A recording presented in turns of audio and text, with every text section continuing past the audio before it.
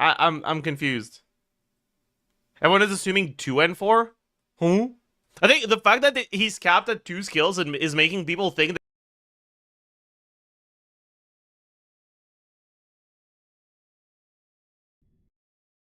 that you should swap out after 2. I'm confused. Everyone is assuming 2 and 4? Huh? I think the fact that he's capped at 2 skills and is making people think that you should swap out after 2 skills. But you're supposed to keep hitting the enemy. His skill is a pathetic and worthless ability. Okay, he's not at 80k DPS. What the fuck are you guys talking about? Did they forgot the times 2.2 or something? What are you guys talking about? Alright, chat, let's do some proper Varka calcs. So first thing, his base attack is not 399, it's 353, right? We didn't get confirmation that the which hits are infused and which are an animo, right? Maybe we can kind of tell from the footage. It's half. I fucking know. That's not my confusion. But which one is what? So first hit is the pyro one. Then it's animo pyro. So pyro, animo pyro, then animo pyro again, then pyro animo. Then they're kind of both at the same time. Okay, so it's probably just the bigger hit is always the absorbed one, right? All right, so now his damage distribution is 65-35, not 50-50. So yeah, Farazan is complete garbage for him. You do not want to play Farazan. But this might be enough absorbed damage for Sarah to be decent. Yeah, I guess we can also do like the actual proper numbers. Okay, yeah. So this is alright, yeah. Wait. Bro has basically exactly 1,000 motion value at talent level 9. That's so funny. With this combo. That's so funny. Or sorry, 10,000. Yeah, whatever. Let me take a look at the animations again. Alright, so okay, I don't think you ever want to do the actual charge attack. TGS did an animation cut. Where can I see that? Yeah, okay. So if we do the full N5 string with no animation cancels whatsoever, we'll only get 2. That can't be the actual combo you're supposed to do, though.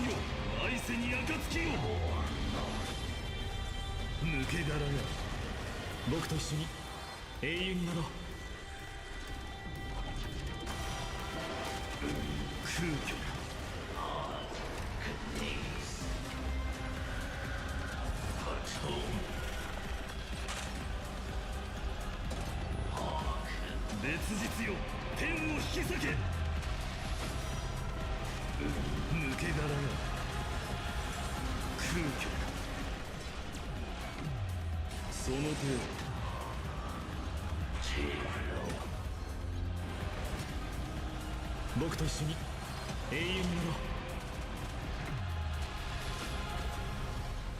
う。その程度。星々を燃やし尽くそう。別日よ、天を引き裂け。抜け殻よ。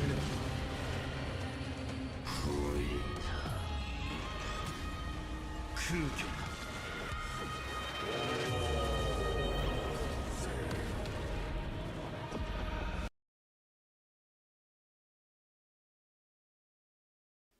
Like, you have to be able to dash cancel that charge attack. There's no way you have to do the full thing. And the N5 also looks like a skip, yeah. Okay, I'm gonna be so for real with you guys, by the way. The N1 kind of looks fast. This might be an N1W character. Uh-oh. Uh-oh. Uh-oh. But yeah, also, I'm like 99% sure you'll be able to buffer the charge attack after your normal attacks, and it'll come out way faster than it's coming out in these clips.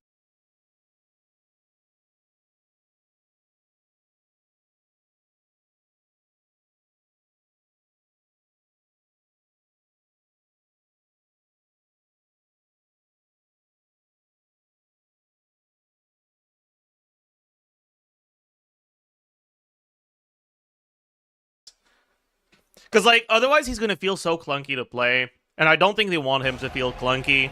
Right? I think the, like, design fantasy behind Varka is a guy who's so strong, he treats dual-wielding claymores like fucking paper. So I highly doubt they're gonna give him animations that actually feel slow. Is this a Nefer all over again? Honestly, kinda. Pure copium. I mean, there is some cope involved, but also, like, these look like animations that are cancelable.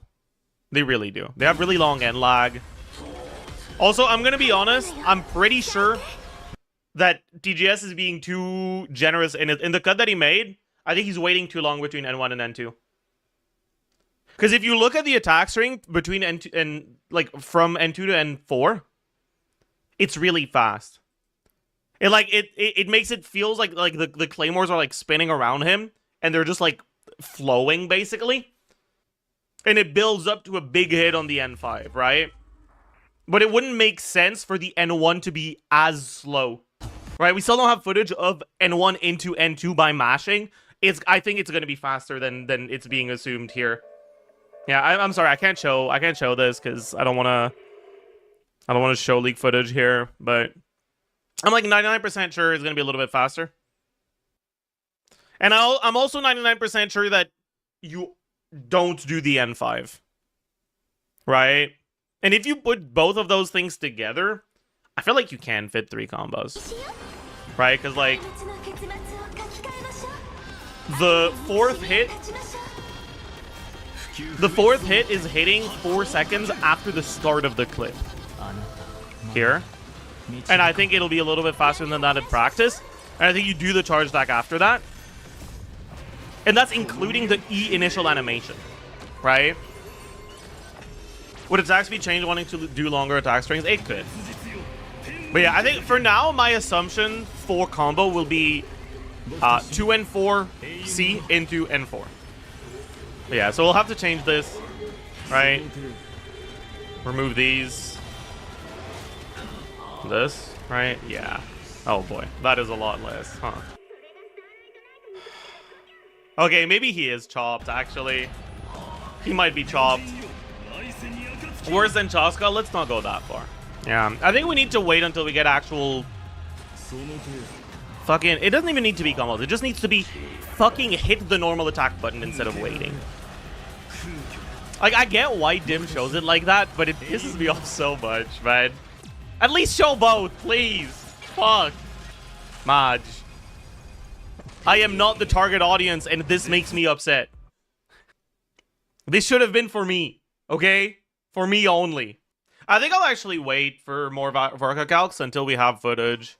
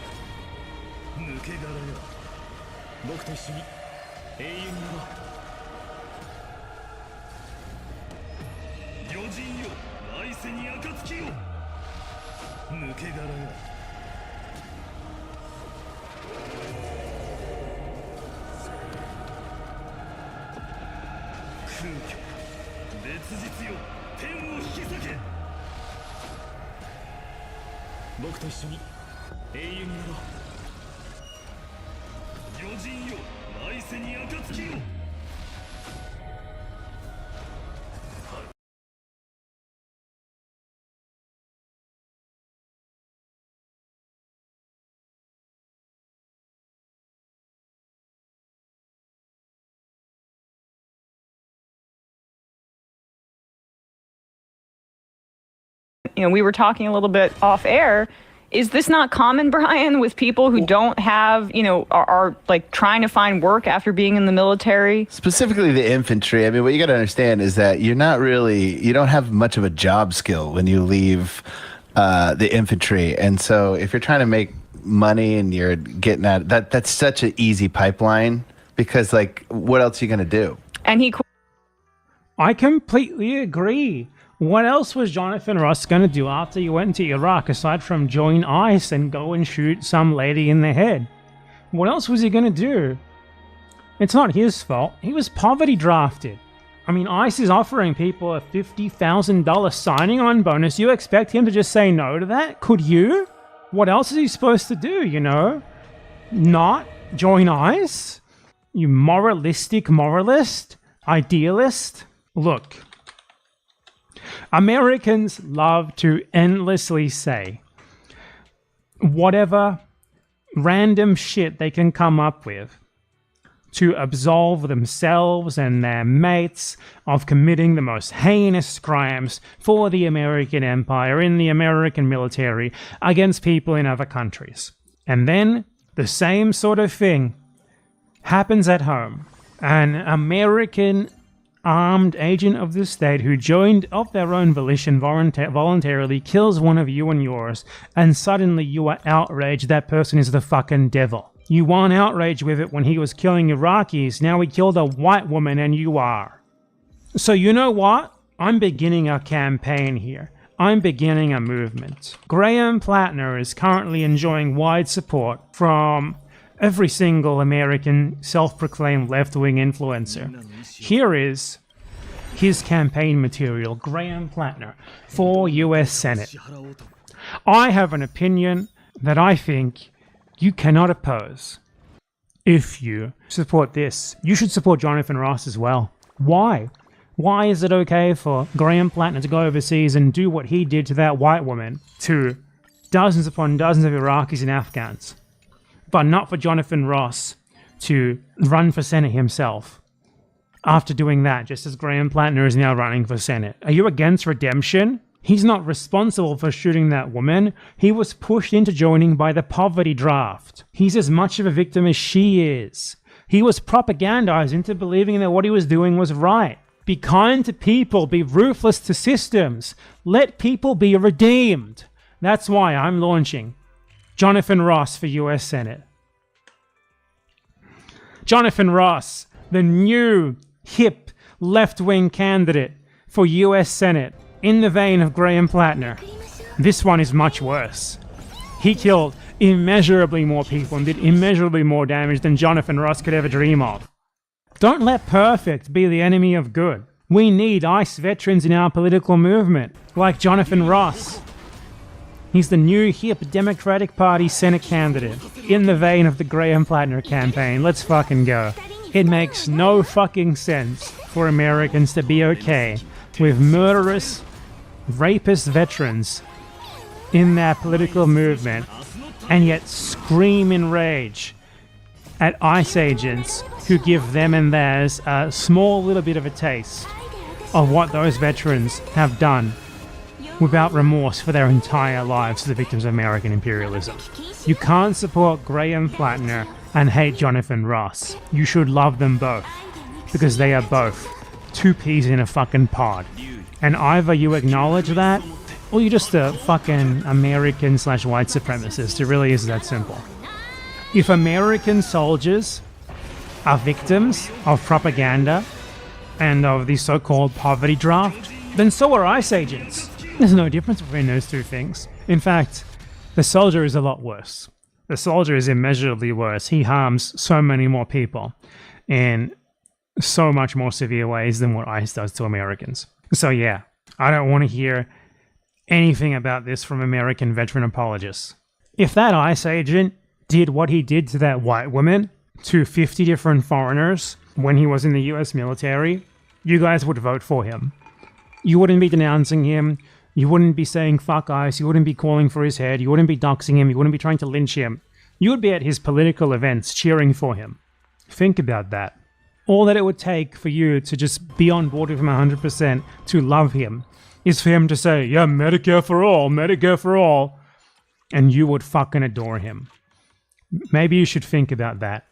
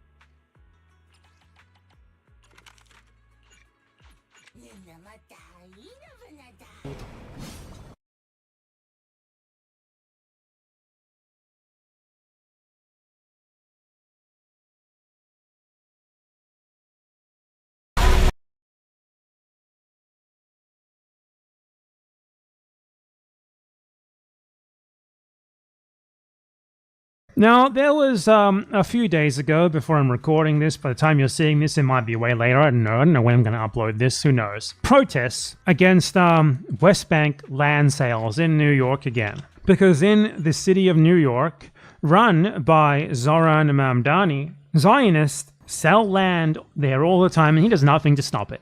We can check out what Barry Weiss's CBS News has to say about this pro-Hamas chant during protests outside Queen's Synagogue sparks outrage. They don't even mention the land sales. Awesome.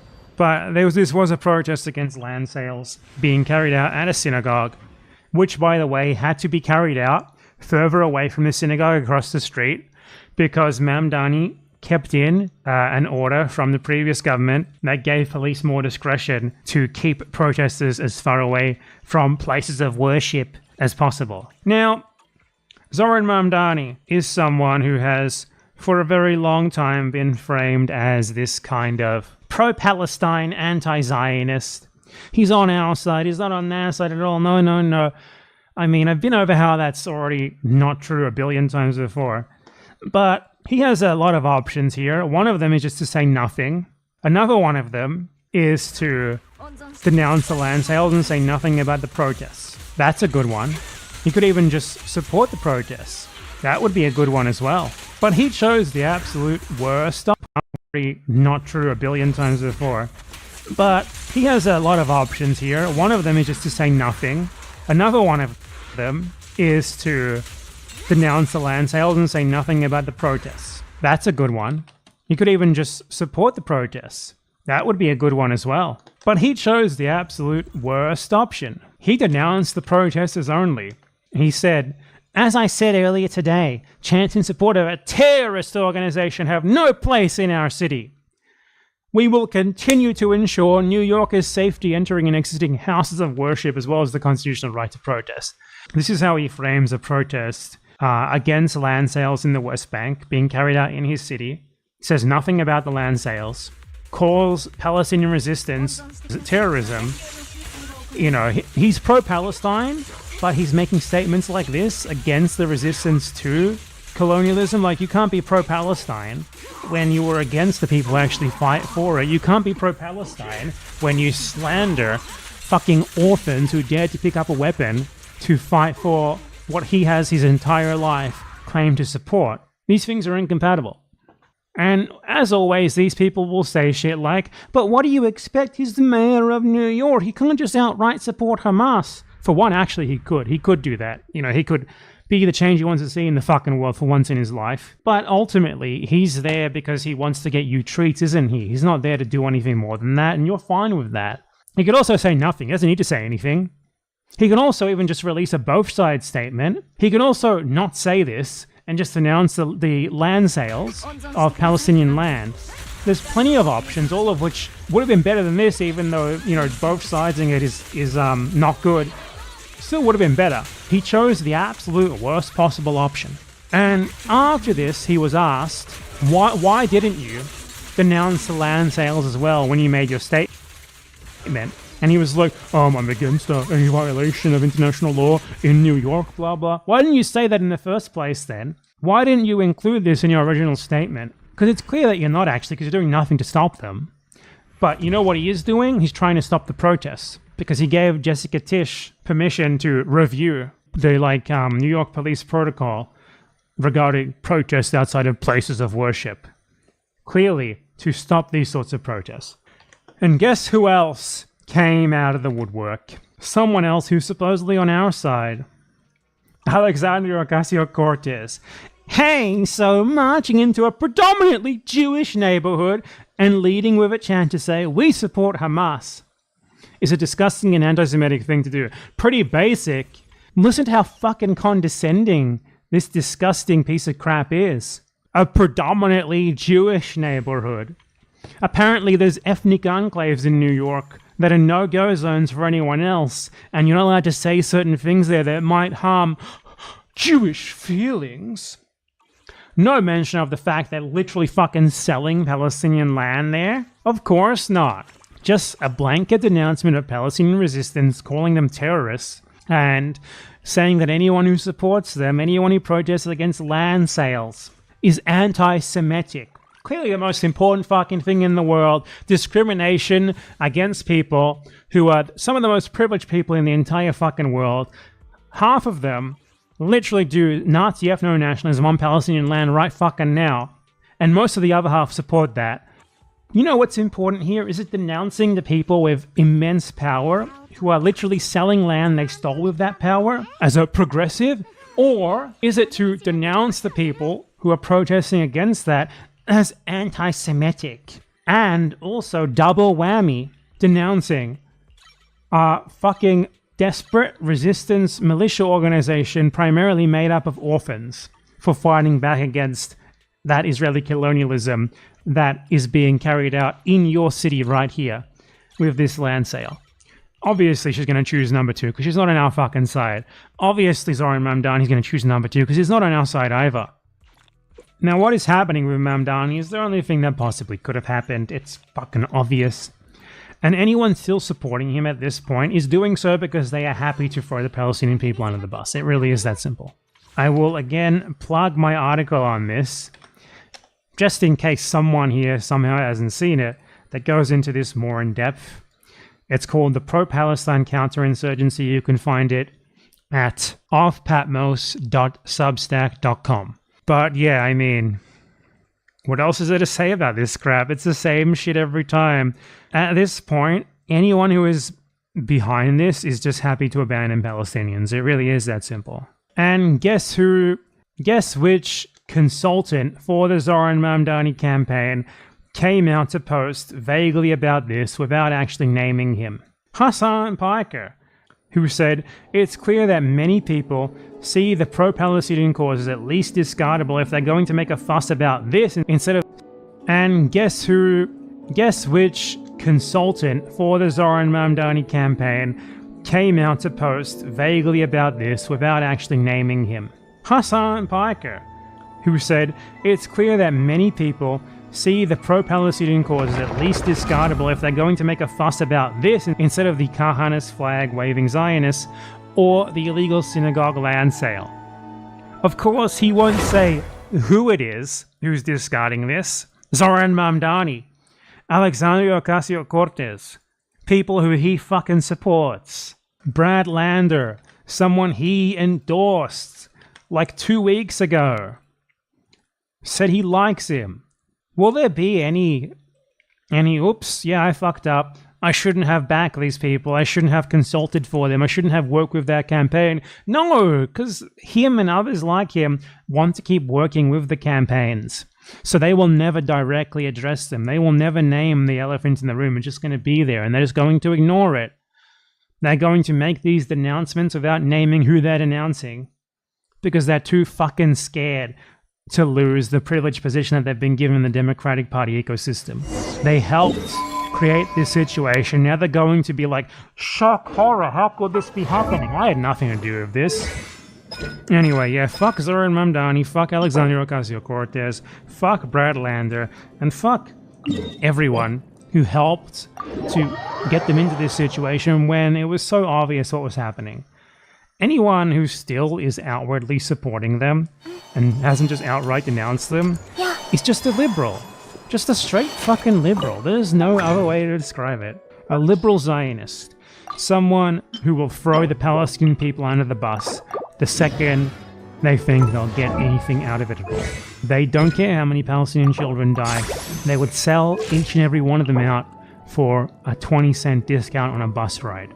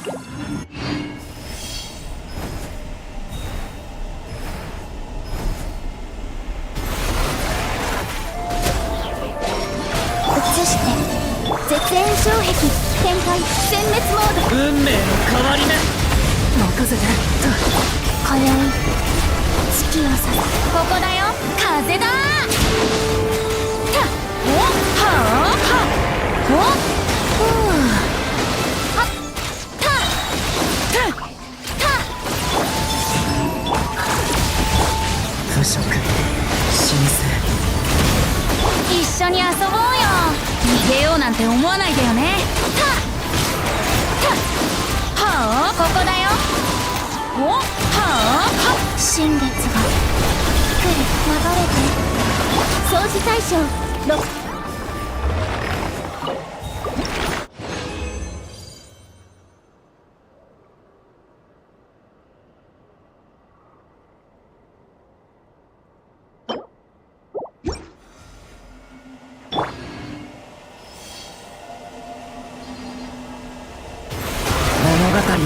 始まったばかりだよ。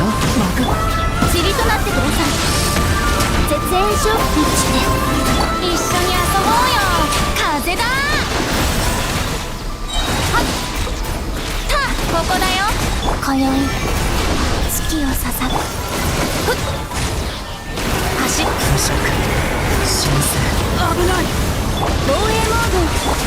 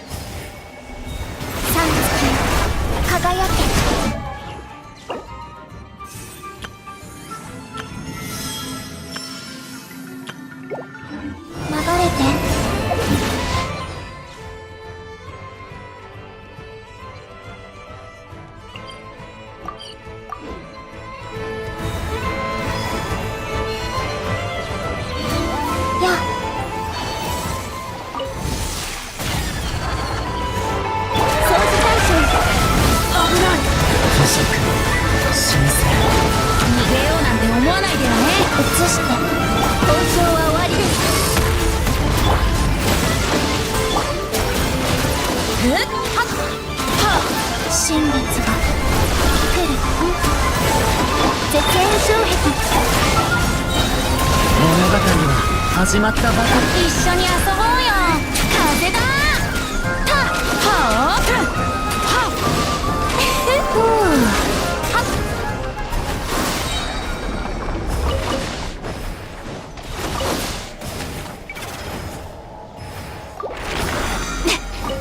お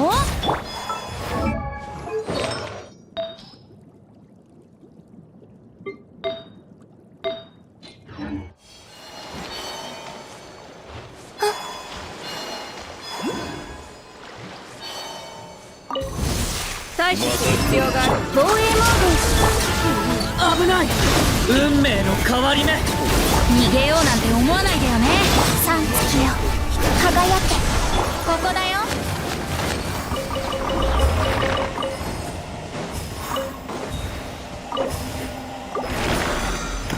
走るより飛ぶ方が早いよ。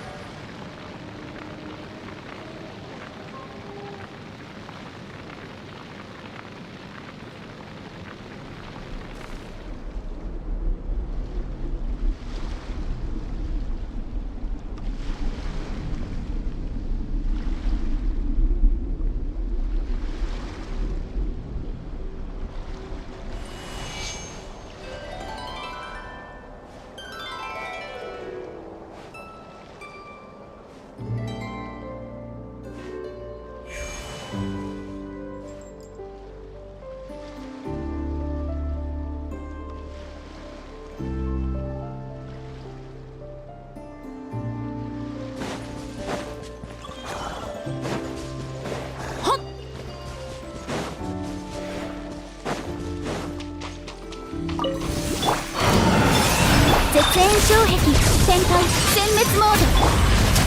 任せて。物語は始まったばっ。一緒に遊ぼうよ。風だたはあはった新月が来る満ちて防衛モード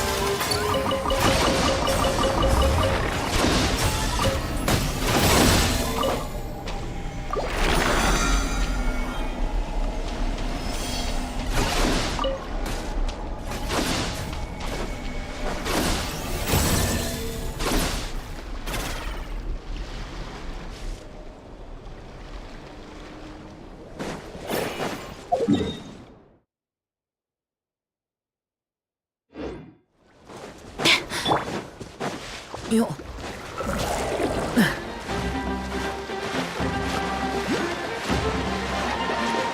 よっと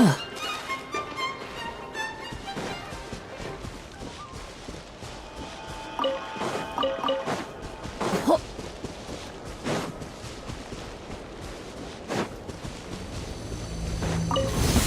今すぐぶっ飛ばす運命の変わり目気をつけて足元に気をつけて。2絶縁障壁展開。塵となってください。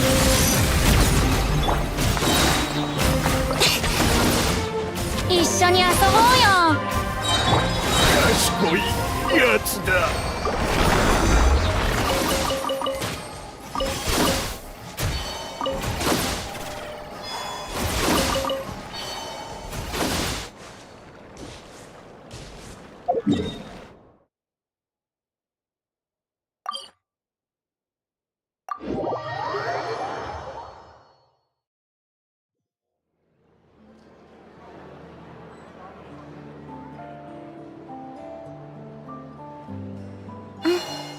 星とし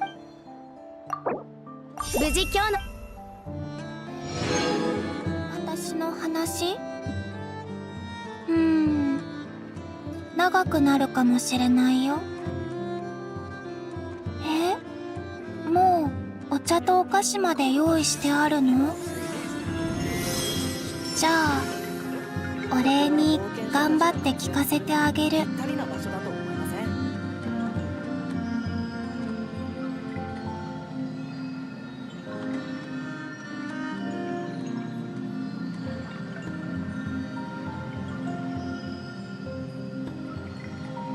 Hello, beautiful people, and welcome. Hi. You ask Zajef Inefa edition. Not ask Inefa Zajef edition. Don't ask her. Ask me. I'm the one who knows. She doesn't know anything, okay? Don't trust AI. It lies. Anyways, Inefa is getting her rerun, and there's actually a lot to say about her. There's a lot that's changed, obviously, since she came out. So, as usual, for the Ask Zajef, I start by going through the characters' overall power, strength, and the meta changes since their last banner, and then I start taking questions directly from chat. On her release, Inefa was kind of a weird character, because we, at least, knew the first version of Flynn's kit. So we could kind of tell she was like intended to be a support for Flynn's, but there were only so many things that we knew. Before Flynn's, Inefa was kind of a whatever unit. It's not that she was ever really bad, but when you look at just the ability to enable Lunar Charge as a reaction, which is what Inefa does by herself, she has off-field damage, she changes your Electro Charge into Lunar Charge, and she does direct Lunar Charge damage. Just having damage that's considered Lunar Charge damage when she was released didn't really mean anything. It didn't have anything special to it. It was just a question of, is this more or less damage than the other things that we have? And at the time, it was like similar to the other off-fielders that were good. So similar to Fischl in teams that like focus on Fischl's damage a decent amount, right? Like Shavar's teams with Fischl, for example. A bit lower than the like upper limit of what Fischl could get, but not too far behind. And then you could also like lay Inefa on field to make her damage higher, but there weren't that many people who actually did that. All in all, she was okay. Pretty much just another good off-fielder. Or a lot less reliant on synergistic buffs to get her damage, because there were no synergistic buffs. So she just got her damage by default, and it was competitive to buff Fischl without too many external buffs in those Taser teams, for example. But after Inefa's release, they gave us the other pieces to the Lunar Force. They gave us Flynn. And Flynn's is a fraud. I like Flynn.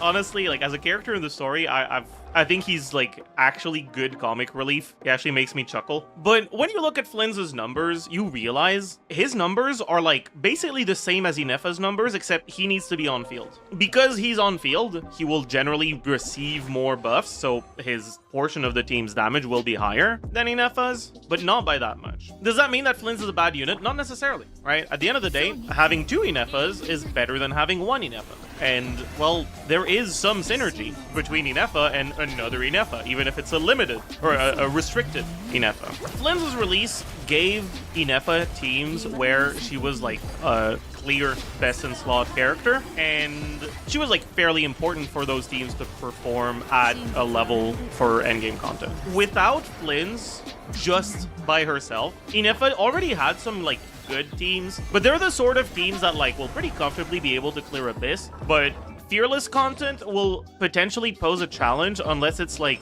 shill content that is good for her. I mean, if you think back to Ineffa's performance against the Cactus, against the Fatui Electro guy, it was pretty good because it was shill content for her. But when the content isn't shill for her, if you're looking at Ineffa teams without Flynn's, like they're okay. But Flynn's aren't the only Ineffa teams that you can do. Llama also came out, and you could do Ineffa Llama as a Hyper Bloom core, both in like just on-field Llama Hyperbloom stuff, in which case Ineffa was like a little bit underwhelming. Doesn't provide that much more than just any other Electro like Tuki or Raiden. Or in like a Neuvillette Hyperbloom core, in which case Ineffa's a little bit better because having that defensive utility that prevents stagger can be kind of nice, and the damage is a little bit higher as well. Another thing that I didn't talk about that much when Ineffa first came out is that when it comes to off-field Electro options and teams that don't really have ways of maximizing the damage of your Electro character, you don't really have great options. When you look at like ways of applying off-field Hydro, you realize that a lot of the characters that apply off-field Hydro, even if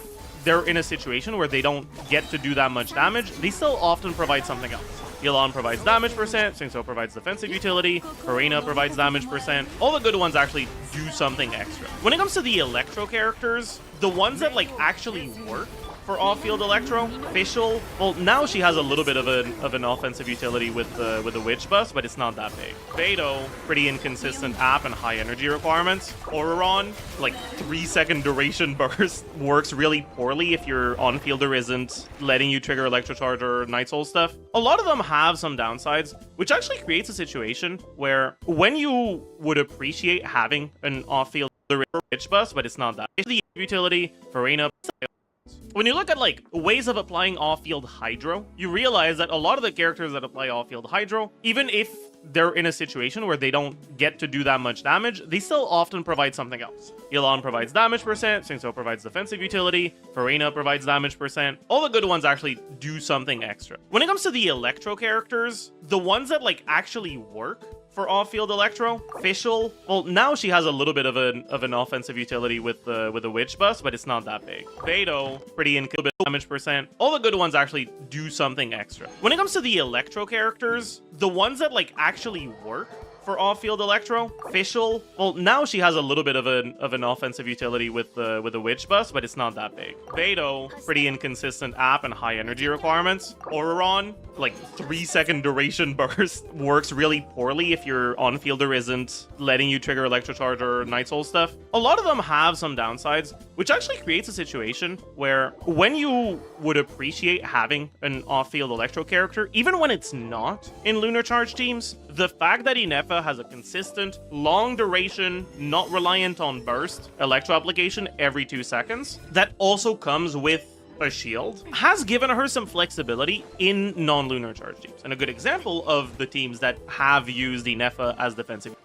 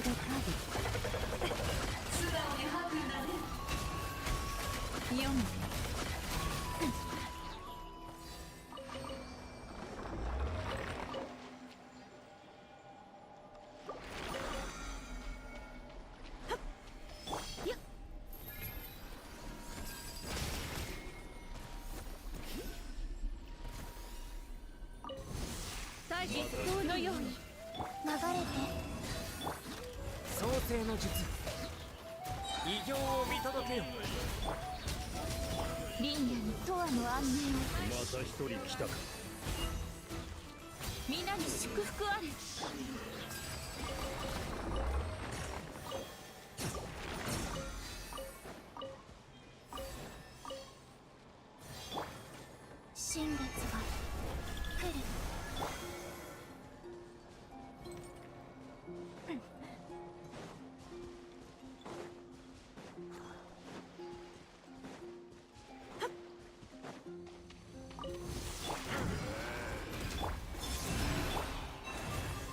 真実はまるで影。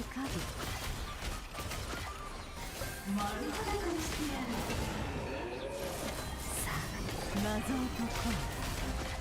素直にハグだね。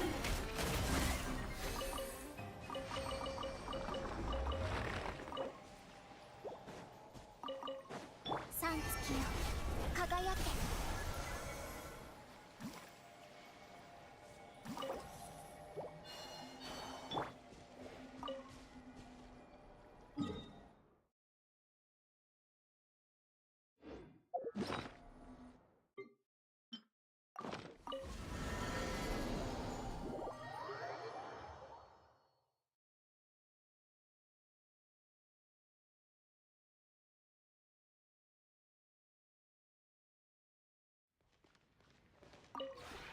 この同点。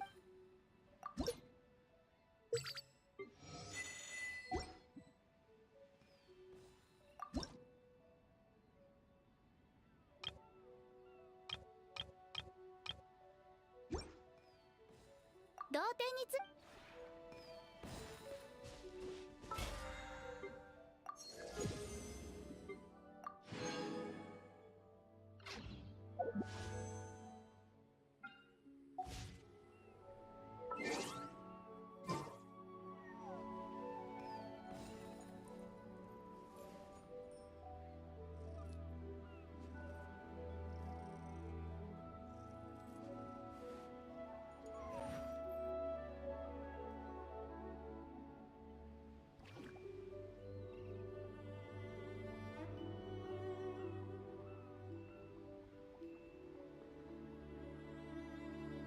感情とは頭の中で荒れ狂う波みたいなものだ。それを無理に沈めようとすると波に飲まれて心の深いところまで落とされてしまう。かといって無視すれば心がバラバラになってしまうんだ。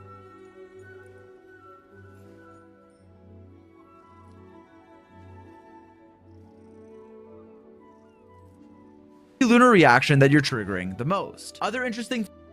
Hey, what's up, guys? Today so to start things off, let's talk about what Columbina actually does, a brief rundown of her kit before we get into the showcase, and obviously I'll leave all the more complicated details to my complete Columbina guide, which will come out next if you want to learn more. Briefly though, Columbina is a character who revolves around the lunar reactions. In fact, just her presence in your party will convert Electrocharge, Bloom, and Hydro Crystallize into Lunar Charge, Lunar Bloom, and the newly released Lunar Crystallize reactions. While I've covered Lunar Charge and Lunar Bloom in previous videos, Lunar Crystallize is a new lunar reaction that works with Hydro and Geo. This is a reaction that will summon these little construct pillars as you trigger the reaction until you have 3, after which as you continue to trigger the lunar crystallized reaction, these pillars will resonate and do some lunar crystallized damage. This is a nice bonus for a lot of Geo teams, and most notably is expected to synergize with another future character, Zibai, but we will talk more about her in a future video. For now, what you need to know though is that Columbina enables all 3 of these lunar reactions and will also increase their damage by up to 7% depending on her max HP. Outside of that, she will also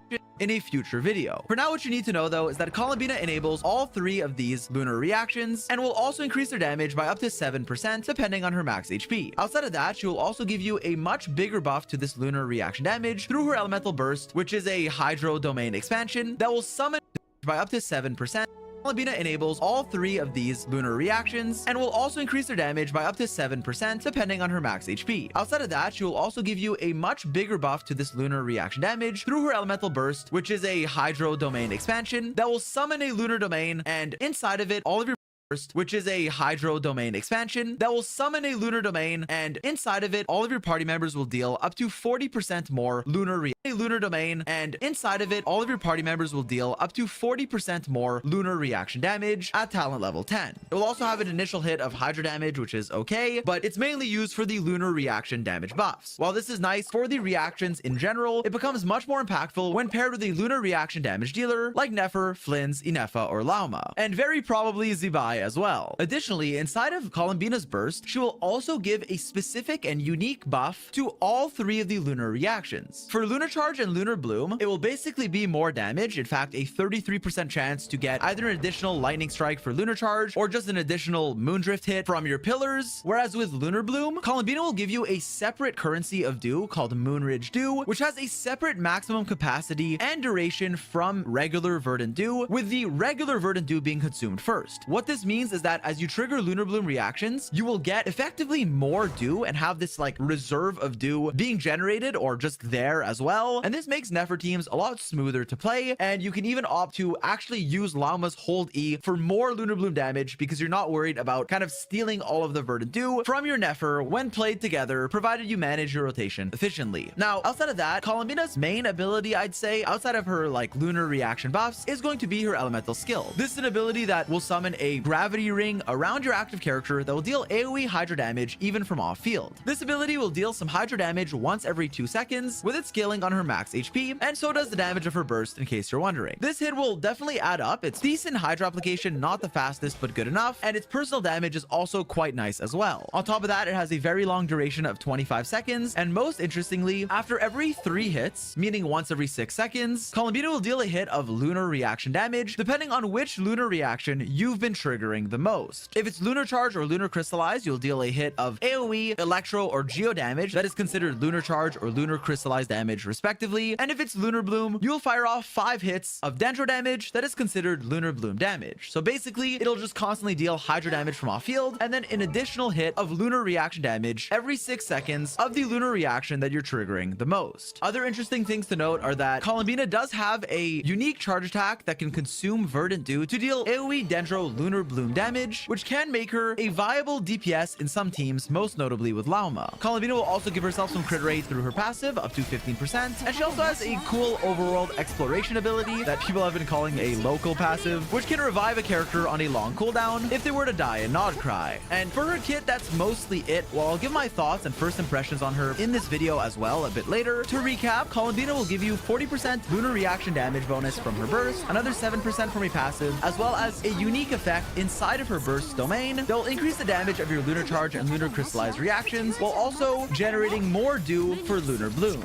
In that sense, she's a character who is tailor-made for these lunar reactions and honestly Nod Cry units in particular, although she does have some synergy with her in this video as well a bit later. To recap, and she also has a cool that Columbina does have a unique charge attack that can consume Verdant Dew to deal AoE Dendro Lunar Bloom damage, which can make her a viable DPS in some teams, most notably with Lauma. Columbina will also give herself some crit rate through her passive up to 15%, and she also has a cool overworld exploration ability that people have been calling a local passive, which can revive a character on a long cooldown if they were to die in Nod Cry. And for her kit, that's mostly it. Well, I'll give my thoughts and first impressions on her in this video as well a bit later. To recap, Columbina will give you 40% lunar reaction damage bonus from her burst, another 7% from a passive, as well as a unique effect inside of her burst domain that will increase the damage of your Lunar Charge and Lunar Crystallize reactions, while also generating more dew for Lunar Bloom. In that sense, she's a character who is tailor-made for these lunar reactions and honestly Nod Cry units in particular, although she does have some synergy with like generic Geo carries because she'll give them a new reaction and some other teams, but for the most part, she synergizes the most with these Nod Cry lunar reaction teams, carries, and even sub DPSs like Columbina and Inefa, as we'll see, can make almost any main DPS have a strong team that they either synergize in or don't.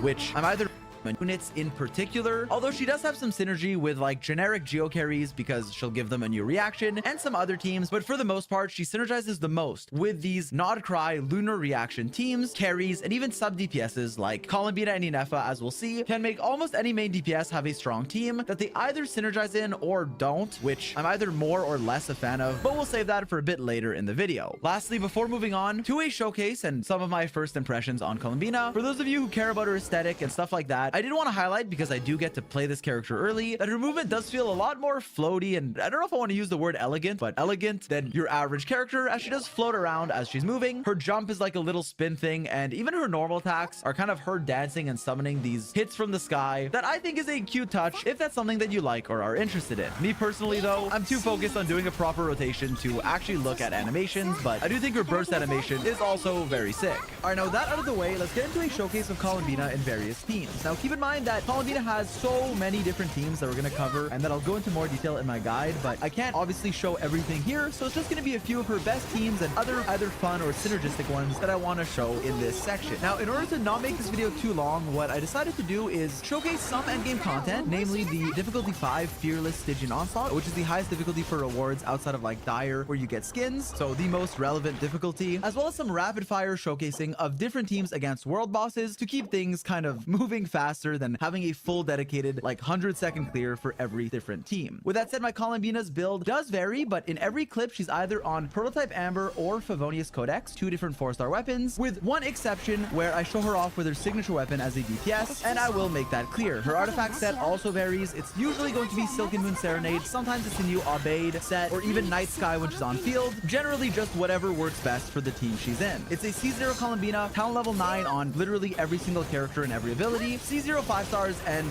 yeah, let's just go. All right, so here we go. We're going to start with the Stygian Onslaught, actually against two different bosses. So I'm going to show you guys a premium team of Columbina with Flins, and then another Nefer premium team with Columbina. I also did clears without their dedicated supports Inefa or Llama. Now, I was going to cover in the next section, which I actually recorded before this. Sorry to break the fourth wall, but Inefa, I would argue, is more valuable to a Flins team than Columbina, and so is Llama for Nefer. However, Columbina also is a huge upgrade to these teams, and she's available right now. Well, so is Inefa. So I'm trying to show you guys off kind of the premium team of Columbina and Flins, and then also Columbina with Nefer. So both of their premium teams that are now at the top of the meta. This one cleared before I even could finish talking, but basically this enemy does have an Electro Charge or Lunar Charge weak shield, so the content does favor them, and I believe afterwards he has some reduced Electro Res. So overall a good matchup, and as you can see, our Flins team is doing very well. Now, obviously, this is basically the best version of the team you can get, and after we cleared the first one, I did it again, kind of downgrading it from Inefa, the best support here, to Fischl, just another good option. Now here you lose out on Inefa's shielding, so you don't actually have a healer, but you can run Prototype Amber on Columbina, or you can run a more defensive option like a Lanyan or Kuki or something like that, and that's fine as well. Or even Yehoda, who came out recently, I almost forgot about her. But yeah, anyways, so here as you can see, our damage, our overall team's damage will be lower. Now Flins is still doing really high numbers, but obviously Fischl does good damage, but not nearly as good as Inefa's, especially when buffed with Columbina, who gives you a lot of lunar reaction damage bonus. Now, as you can see, not much to say. It's gonna take, I think, 20 seconds longer to clear this, but still, we did manage to clear it on Fearless difficulty. And while our 5-star characters like Flins are on their signature weapon, Columbina, just for the showcase, I made sure to keep her always on a 4-star weapon with Prototype Amber or Favonius Codex, which I actually found to be the best in that Flins team. Now, here we are doing the other Stygian Onslaught boss. This one is a new one who kind of has a shield that where you have to do lunar damage to it. It's a really annoying boss. I'm not a big fan of these mechanics, but anyways, we're doing Nefer's premium team here, another one of the teams that's at the top of the meta. So right here, we're just gonna break this shield. Our damage is inflated. You do more damage to the shield. And I also did this boss with Flins. I don't know if I want to include it in this video because it does take a while, but our time ended up being basically the exact same as the Nefer team. I think it was 1 second slower or faster, but yeah, basically the same. Yeah, so as you can see, something that's really cool with Columbina is that because you get extra Verdant Dew, right? The bonus that she gives you, this allows you to hold your skill on Llama, as I did right here, I believe, after this burst. I hold my skill on Llama, consume 3 Verdant Dew, but because I'm generating some and Columbina has kind of 3 special Dew in the backlog, I can still consume 6 with Nefer. In this gameplay, I'm doing some standard dash cancels on my Nefer to get the most value out of her. It's pretty easy, you get the hang of it, and yeah, we're just quick swapping through our team. The last slot is very flexible. Once again, there's no real healer here, but we are on Prototype Amber on Columbina, so that is our quote-unquote healer. Now, the last slot, though, while I am using Nahida, you by no means need her. There's a ton of different options that can be the best or a viable last slot. I did some clears with Kuki, Sucrose, and here I'm using Nahida, and that's what worked for me, so that's why I'm running it. But note that she is not needed at all, just a good last option. Anyways, here we're just doing good damage on Nefer, and I almost died actually. I guess I didn't dodge properly, but that's another downside of only having Prototype Amber for healing. But I must have messed up a dodge. It's a new enemy, cut me some slack. But yeah, we cleared this in 66 seconds. And in case you're wondering, the Flint's team did it. The clear I had ready for this video was 67 seconds, but I also did it in 65. That was like my quote unquote record, I guess. But the whole point of this is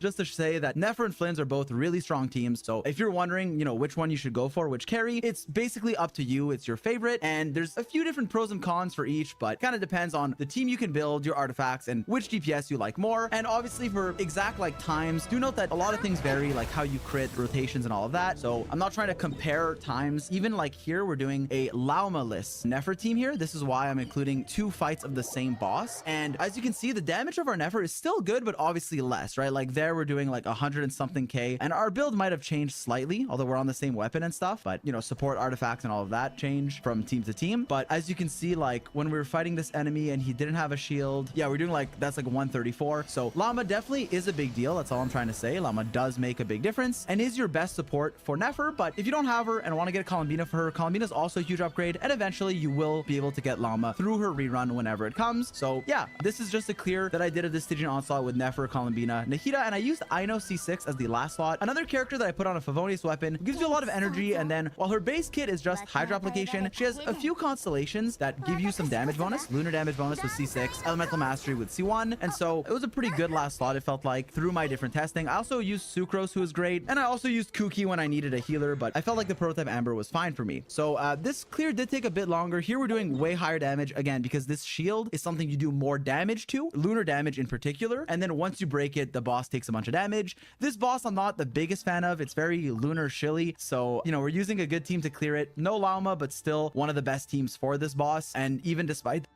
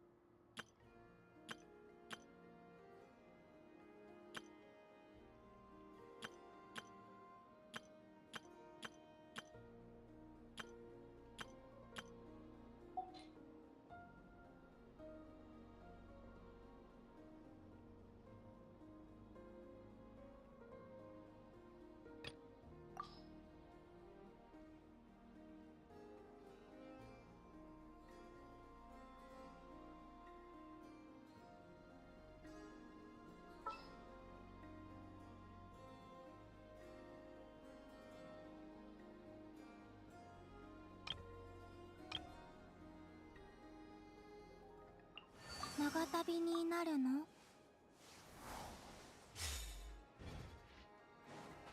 思ったより素早いじゃねえか。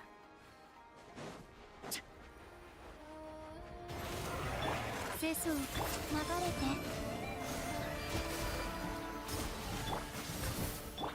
かかったな。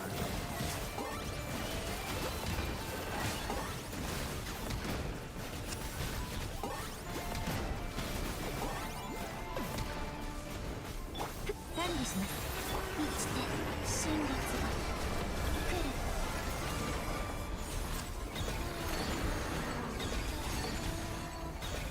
頭上を焼き尽くす石煙に葬られよ。退路はない。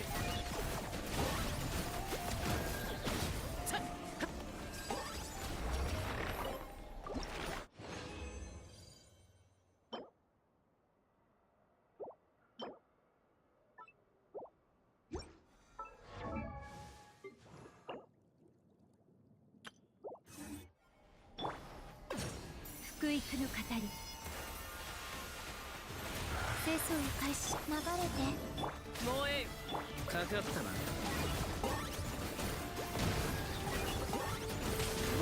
おしまいだな、ピンチ。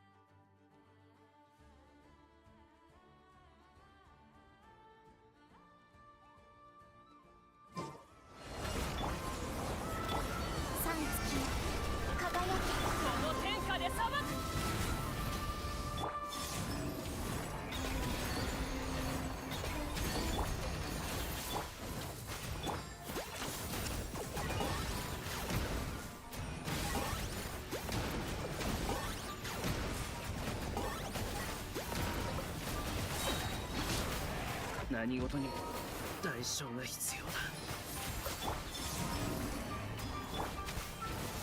霧となって散りなさい。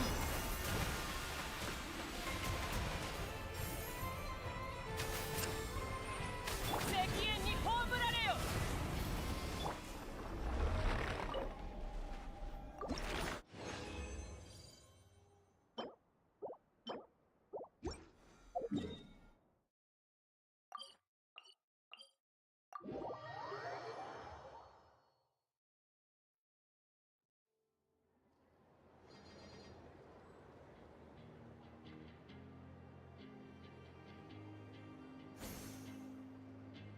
If you have that, we cleared in like 113 seconds, which is a long time, but it's a really difficult boss. And also we did clear it faster with Lauma, as you can see, where lunar damage is really favored. Now, because of these kind of shilly Nodcry mechanics, some of these Nodcry enemies that are weak to specific things like lunar reaction damage, having Columbina on your account can be very valuable to help during Nodcry. Now, while I'll cover in the review next my thoughts on her power level, to kind of spoil it a bit, I do think she's really strong in general, either insane if you have the right teams for her, or just solid, but the exact strength varies. I will say that regardless of that though, inside of Nodcry, during the Nodcry patches against the Nodcry enemies, she will feel even stronger. She will be even stronger because of a lot of the matchups in the end game that favor her, especially when paired with another Nodcry 5-star like Inefa, Lauma, or one of the DPSs because of, you know, lunar reaction stuff. So anyways, here I went into the Abyss where I got to fight a more normal enemy because, as I said, those enemies kind of have a weakness to the teams we're playing, or at least incentivize you to play them. So here we're just fighting the PMA, a very generic enemy, and as you can see in, I guess, one rotation, he's already at the phase where he kind of becomes immune and splits into parts. Also, this Abyss doesn't have any buff that really benefits Flynn's or Nefer. It's just charge attack damage bonus, but that doesn't really matter because even Nefer's special charge attack does lunar bloom damage, not charge attack damage. So I did this with Nefer also. So you saw me do it with Flynn's. I do it with Nefer. Just use the burst and kind of quick swap on everyone. Then I go Nefer, do 3 dash cancels, do a bunch of damage with my, you know, special charge attacks, which are lunar bloom. He splits here. I cut to, you know, the split being done done to save some time, use all my bursts, hold Eon Llama, use all of my everything, and then as you can see, Nefer just cleans it up very quickly. I'm just hesitating a bit because I don't want to waste the charge attack, but yeah. Okay, so with that endgame stuff kind of out of the way, I will include one more fearless clear of a wheelchair team. Now, something, and this is what we're going to get into, some other teams for Columbina outside of just Flynn's or Nefer. Now, I'm sure there will be Zibai too, but obviously she's not out yet. I haven't played her yet. That'll come in a future video. But for now, here are some other teams that Columbina can work in. Now, before I actually get into a quote-unquote wheelchair or running her with Inefa or Llama with some other units, I actually wanted to run her with Navia to showcase the new lunar crystallized reaction that she can bring to Geo teams. So with this Geo carry Navia, she's giving you lunar crystallized, which is a bit of bonus damage. It's not going to completely revolutionize your damage distribution, like Navia is still the one carrying with her, you know, elemental skill and stuff, but the extra lunar crystallized definitely add up and are a really nice bonus for teams like this, where I think Columbina feels even more valuable than with just a generic kind of non-Nodcry team. Now here's a team with both Inefa and Llama, actually with Nevalette, which I actually am quite fond of. It's kind of a lot of characters doing a lot of damage. Nevalette has so many different teams that this is just one other option where Columbina works instead of Farina if you have her, where you kind of do a lot of everything. You get some lunar blooms, which turn into hyper bloom through Inefa. You get lunar charge damage and Nevalette personal damage as well. My builds could have probably been slightly more optimized Inefa wise, but still we clear that very fast. And it's just to show you like a proof of concept of these teams. Here is Chlorint being paired with Columbina and Inefa. And here I want to add this. This is where this core, this duo of Columbina and Inefa works incredibly well. And you'll even see me run a Stygian Onslaught clear coming up later with just Columbina and Inefa and Sucrose, 3 units, because of how broken Columbina and Inefa are together. And Columbina and Llama are also great together in case you're wondering. But yeah, here the last slot is very flexible. And even the main carry is very flexible. You can run so many different electros. Raiden works well too. You can use a Pyro carry. You can use a Hydro carry. You can use a Nemo, an on-field driver. There's really so much you can do with the Columbina Inefa duo. So Chlorine cleared this in like 1 rotation. Again, we're just fighting a random enemy, the Knuckle Duckle. He's a pretty fun boss. He just sits there. So very easy to test stuff on. Here I used Waruzon.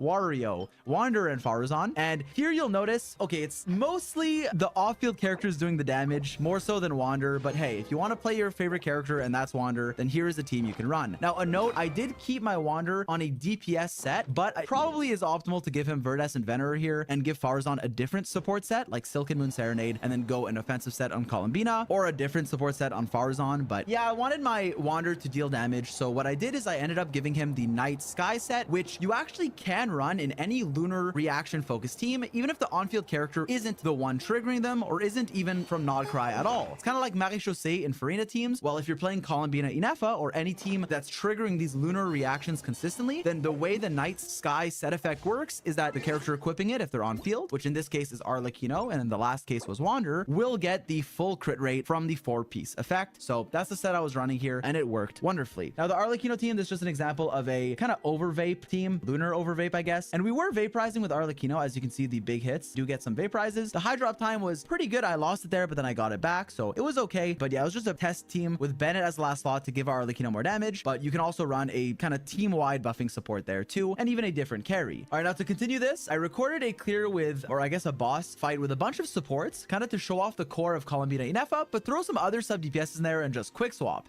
And even this worked really well. Running Durin in the dark mode and Xilonin to give us Res Shred. Here, a ton of units are doing a ton of damage, a ton of reactions are being procced as well. Xilonin's on Instructor to give the team EM. And as you can see, we're getting some big vaporizes from Durin. Lunar charge damage as well, 93k there. And, Columbina, Inefa, and Durin are all doing great damage as we're quick swapping around. Here is the one clip where I put Columbina on her signature to show her off as a main DPS, where she works surprisingly well, genuinely a strong carry, especially if you have Llama and you don't have someone like Nefer available. I put her on her signature because, number one, it's really good for her carry mode, better than just as a support. And also, I don't have a great weapon for her other than her signature or Sacrificial Jade, but because of my build, I'd be overcapping on like the entire crit rate, so I felt like it would be doing her an injustice to show that. With that said, note I'm also not animation canceling my charge attacks. You can actually do them faster, but more on that in my guide, where I will cover that. For now though, as you can see, solid DPS here. As I said, she has her signature, and I am using Llama and Inefa, but if you have Llama, you can kind of just play whatever you have with her, and even like a Nilu team will work. Again, I want to primarily showcase a support Columbina though, and here to show off how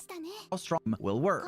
But if you have Llama, you can kind of just play whatever you have with her, and even like a Nilou team will work. Again, I want to primarily showcase a support Columbina though, and here to show off how strong the Columbina Inefa duo is, we are fighting the difficulty 5 Fearless Stygian Onslaught boss, where you want Electro Charge or Lunar Charge to break the shield, so this team is favored, but we're doing it with just Sucrose and no last slot. Here, all the characters are buffing the team significantly. Both Columbina and Inefa will give you some lunar damage bonus. Inefa also gives you a ton of EM and has great personal damage. Columbina gives more buffs and has good personal damage as well. And then Sucrose will give you Verdescent Venerer, the res shred through that, as well as Elemental Mastery shared to the whole team, and also just being, you know, a great character in general, being able to apply a ton of an emo, constantly swirl everything, and Sucrose in general just gives you a lot of stuff. I'm on Wandering Evanstar here. I'm just kind of mashing my normal attacks, swirling everything, and doing a lot of damage through Columbina and Inefa. This is just a way to kind of show how good this duo works, with obviously, you know, a real team performing better than this, but even just with these 3 units, we were capable of clearing the Fearless Stygian Onslaught. So yeah, I think that's really cool. Columbina and Inefa, if you have them, are an incredible duo, and even with just these 3 units and a suboptimal rotation, I'd say, I cleared in 75 seconds. And so yeah, I hope I got to show you guys some teams with Columbina. I still have some more to test and record, but this has taken so much time that I want to leave it here. Columbina can work as a generic Hydro, even in some other teams I didn't show, like with Skirk and stuff, but her main role will be in these teams that are focused around lunar reactions and the new Nodcry carries or sub DPSs. Now, with the showcase out of the way, here are my first impressions of Columbina, how strong I think she is, if she's worth pulling, and just overall my thoughts on her as a character. Now, obviously, while I will go into more detail in my complete guide, for now, here is what I think. Firstly, Columbina is a character who, as a whole, is made for lunar reactions and lunar reaction carries. She is someone who elevates the Nodcry carries like Flynn's and Nefer, and almost assuredly Zibai too, but I haven't had the chance to play her yet, so we'll cover that when she's out, to sort of the new meta DPS standard. While I don't want to go into exact numbers before a character is out, it does seem through early math that has been done that the premium teams for these Nodcry carries are going to be among the strongest in the game, basically the strongest at a standard level, alongside Maoika's optimized combos that can potentially be slightly better on paper, but these new teams are not only much easier to play, but also will have better matchups against a lot of the Nodcry enemies that have annoying mechanics and weaknesses to lunar reactions. And so while Maoika is definitely still broken, I'm not trying to make the focus of this video comparing carries. As far as standard gameplay goes, without like a super crazy optimized combo, the new Nodcry teams are going to be the new DPS standard and the best teams in the game. Columbina is therefore a meta upgrade, but a lot of her kit does give you very specific buffs. What I mean by this is, as we saw earlier, she gives lunar reactions a 40% buff with her burst plus another 7% through her passive, as well as also giving you another reaction specific buff for all 3 of the lunar reactions. And these buffs, while they are really nice, are obviously going to be the most impactful if you have Nodcry characters that you plan on playing. Now, even in other teams, there can be some uses here because of the fact that she converts regular reactions into lunar reactions, namely Electrocharge, Bloom, and Hydro Crystallize, but this oftentimes ends up being not the biggest deal. What I mean by this is, first of all, Lunar Charge isn't always a strict damage upgrade compared to Electrocharge, but it is nice for crit-focused carries because Lunar Charge does scale with crit, so it's a nice bonus, but not like game-changing. Lunar Bloom does nothing unless you have characters that can make use of it, which are namely Llama, Nefer, and Columbina can too through her charge attacks, but this is mainly relevant when paired with Llama. Obviously, it's mainly great for the quality of life that it gives Nefer, making her feel a lot smoother to play, as the Verdant Dew generation will be a lot less annoying to wait for. Lunar Crystallize, on the other hand, is, I'd say, the most unique one because it also works for existing Geo carries, turning a useless reaction, Hydro Crystallize, into a bit of bonus damage for existing Geo carries like Navia, Ito, or Noelle. While this won't completely redefine the characters, it does give them a more meta-relevant team, like for example running Farina, Columbina, Shilonen with Navia or something like that, and it does feel quite nice to have a Geo reaction that does something. Outside of that, Columbina also has synergy with the Nodcry supports or sub DPSs that is something that I can't understate. In fact, while she works really well with Llama, and she can even be a solid on-field main DPS because of the fact that she can Lunar Bloom with her charge attacks and Llama will buff that, on top of the fact that you can run some other teams with like Nilou or certain Hydro or Dendro on-fielders outside of just Nefer, who obviously will be the best option. Inefa is a character whose synergy I want to highlight even more, who can effectively wheelchair almost any carry into relevancy. Now, there's an aspect of this that I like and an aspect of this that I dislike, so let me explain. In fact, Inefa and Columbina together will deal an incredible amount of off-field damage. Columbina will buff your Lunar Charge damage so much and therefore buff not just your reaction but also Inefa's damage by a ton, and Columbina also has, if it wasn't clear through the showcase, quite considerable off-field damage too. While she gives you some buffs, something that you feel the most out of of her is just the sheer amount of off-field damage she can give you as a nice bonus on top of applying Hydro. That paired with her lunar buffs and paired with Inefa's strong damage as well, and Inefa also can increase your damage through her talents and potentially weapon, make it to where you have such a powerful off-field sub-DPS duo that can just on their own carry almost any team to meta relevancy or at least a high enough DPS. Now, certain characters can synergize really well with Lauma and Columbina. This is obviously someone like Flynn's, who is an incredible carry that synergizes really well with them, and you'll have a team that deals a lot of damage through multiple different units, especially with Sucrose buffing them all up as the last slot, but also just being a good DPS too. But outside of just Flynn's, Inefa and Columbina can work with virtually any on-fielder. The most relevant ones are going to be good on-field drivers, either an Anemo driver, think of someone like Aoife, Sucrose, or Wanderer, an Electro driver like Raiden, Veressa, Chlorind, or basically anyone, and the same can be said with like Hydro units like Nevalette, or even Pyro units like Hu Tao that can make use of the Hydro to vaporize and the Electro to get lunar charge at the same time. And a lot of these teams can end up doing a really high and impressive amount of damage, as was shown in the showcase earlier. Now, what I like about this is that it allows you to play kind of your favorite characters in more relevant teams, in stronger teams, I guess. But what I will say I dislike is that in those teams, a lot of the times it will feel like the on-field character almost doesn't matter if you're playing someone who doesn't have good synergy with them and they're just getting carried by their off-fielders. They're not really giving you a lot of personal buffs because of the fact that I'd say Columbina and Inefa are kind of more of a selfish duo than, for example, a support that buffs your team like Chevris or even Farina, because of the fact that they're doing a lot of damage and buffing themselves, not really your on-field Yoimiya. Because while Columbina does give you a lot of lunar buffs, that obviously only applies to your lunar reactions, lunar damage, and the other Nodcry carries that also do that type of damage, and not just the generic character you're playing on field in their new team. And so it does feel more like a quote-unquote wheelchair than a lot of the other duos that can carry more outdated units. With that said, it is still nice that that exists, and it makes it to where if you have Inefa, then Columbina is going to be a great addition to your account in almost any team. Outside of that, and something that I like more, is the on-fielders that can apply their element, drive the team, and have some synergy, like some of the characters I mentioned, where it won't feel quote-unquote bad, and even if a lot of the damage is coming from outside of your on-field character, they are providing something of value by spamming normal attacks, maybe swirling, applying their element, and maybe even dealing good damage as well, like is the case with someone like Nevalette. Now, obviously, for a lot of these characters, there still are other teams that work, and I'd say for non-Nodcry characters, Columbina's pull value goes down, whereas with Nodcry carries or even sub DPSs, it goes up tremendously. For those of you wondering if you should get her and if she's a must pull, I'd say that she definitely is a meta upgrade to the existing Nodcry characters and brings them to the top of the meta. While if you're playing Flynn's or Nefer, I'd still recommend their dedicated support as a bigger upgrade if you're just gonna get one character. So Inefa for Flynn's or Lauma for Nefer. Columbina is definitely the next character you should get for them, as she will take their team to another level. It will also probably be a similar case when it comes to Zibai, and she also works really well with Inefa, with almost anyone else as we saw, and can work very well with Lauma too, where even just as a carry on field, if you have Lauma, she can already be a really strong carry, one of the best on her own, being a bit behind Nefer, sure, but a great alternative if you don't have her. Now, with that said, if you don't have any existing Nodcry character, then her value pull-wise definitely goes down. Obviously, if you just like her, enjoy her playstyle, character, or want to get her, then by all means go ahead, but do not feel pressured to or forced to, as I don't think she's as versatile of a buffer as universal of one, unless you already have a Nodcry character like Inefa, Lauma, or one of the carries. She still will work in a lot of teams as a fine Hydro option as we saw, and she can even work in like a Skirk team, right? But I obviously wouldn't go out of your way to pull her for someone like Skirk, but it is a thing you can do if you just like the character and want her. And do note that right now, because we are in Nodcry, there's a lot of kind of chill mechanics, I guess, a lot of enemies that are weak to lunar reactions, lunar damage, and stuff like that, where Columbina does gain value there as well. So her exact value depends. I'd say she's incredibly powerful for the Nodcry focus teams, a genuinely amazing upgrade to Flynn's teams, Nefer teams, probably Zabai too, and obviously Inefa and Lauma as well, whereas without them, she's just kind of good, but not insane, not nearly as valuable, and this is when I really would start recommending her, when you either already have a good Nodcry, carry, or sub DPS that could use Columbina as an addition, or if you plan on getting them either on their next rerun, or even Zibai, who's coming out next half, something like that, where you'll have a really strong team, another unit at least that synergizes really well with Columbina, like even Inefa, who can be played in so many different teams. I also wanted to mention somewhere that there is a chance that we get future lunar reactions, and while this is obviously very uncertain, if it does happen, I'm sure they'll be added retroactively to Columbina's kit, allowing her to buff and enable them, so there could be some future value there, but that's purely speculation. I do also want to add that Columbina has a really good free-to-play option with Prototype Amber that can help alleviate her high energy needs, which is another positive I wanted to mention. But again, more on that in my complete guide coming out next. Lastly, I do want to say that the level she's raising all of these Nodcry characters, I hope is the new ceiling of the region and not the new floor, like DPS ceiling, as in this is as high as it gets and not it's going to keep getting higher. But I do suspect because she's the moon goddess and kind of the Archon, she is made to raise the level of these characters kind of like Maoika did in the past and kind of Farina before her, but in a very different way. Overall though, I'm very excited for Columbina. I'm glad I got to play her before she came out. I hope you are too. Again though, be wary with your Primo Gems, be smart with them, I guess is what I want to say. She is incredibly powerful in the right teams, but not every account needs her. If you don't have a Nodcry character or a team that can use her well, you might be able to make her work. She can still be viable because she does do, you know, Hydro off-field damage, Hydro application, and lunar reactions, but she won't be as needed or as valuable as she is when paired with another Nodcry 5-star, where her value can genuinely be absolutely insane and she can feel completely broken in those teams. So yeah, there's a bit of a duality there that I wanted to highlight because her exact pull value does vary drastically from account to account. And as always, never feel like a character is a must pull. Once again, I'm very happy I got to play on the creator experience server early and give you guys a code for some Primo Gems. And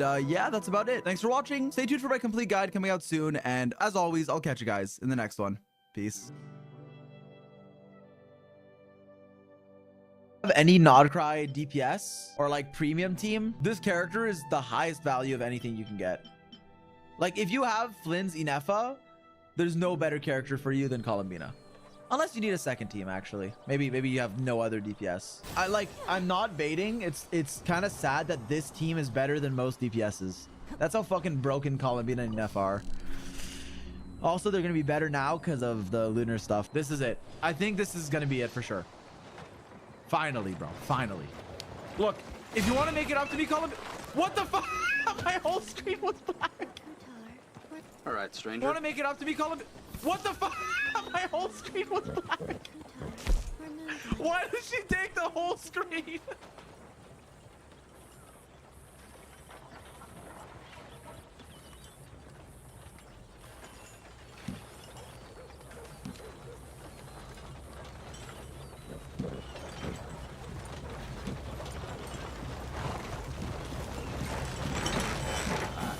Hello.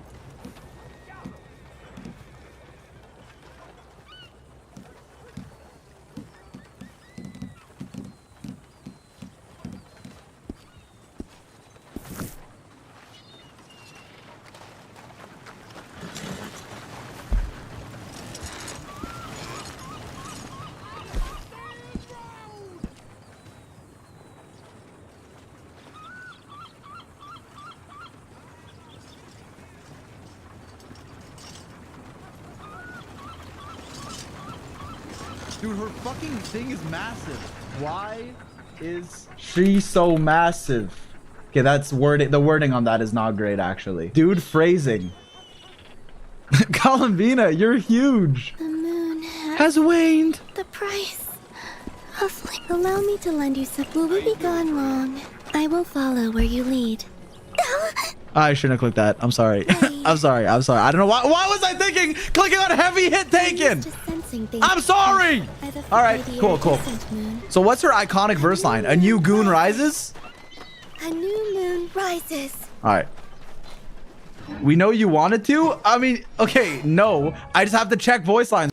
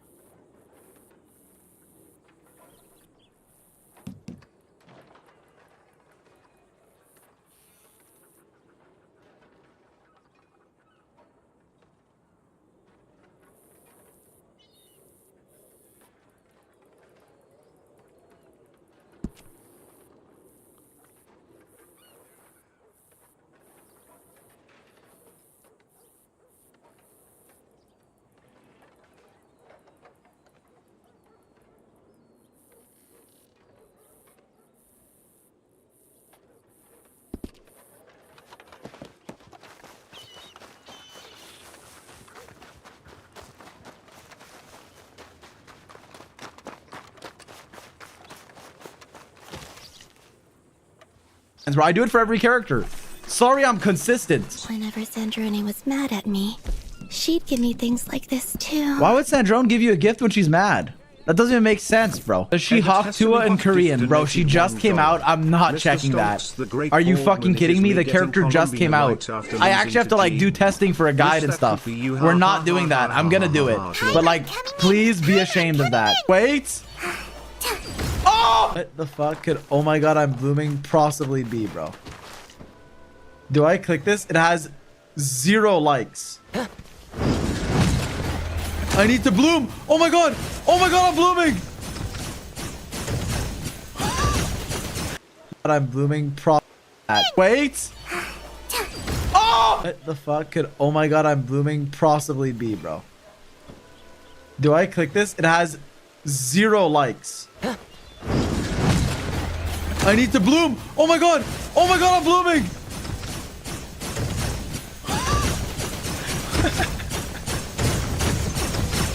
Yo, who made this, bro? Wait, he despawned. It's recreating the incident, bro. Oh my god, I'm blooming. Actually, I don't even think the outfit looks better. I think the top half looks better. Like, I think his face looks better.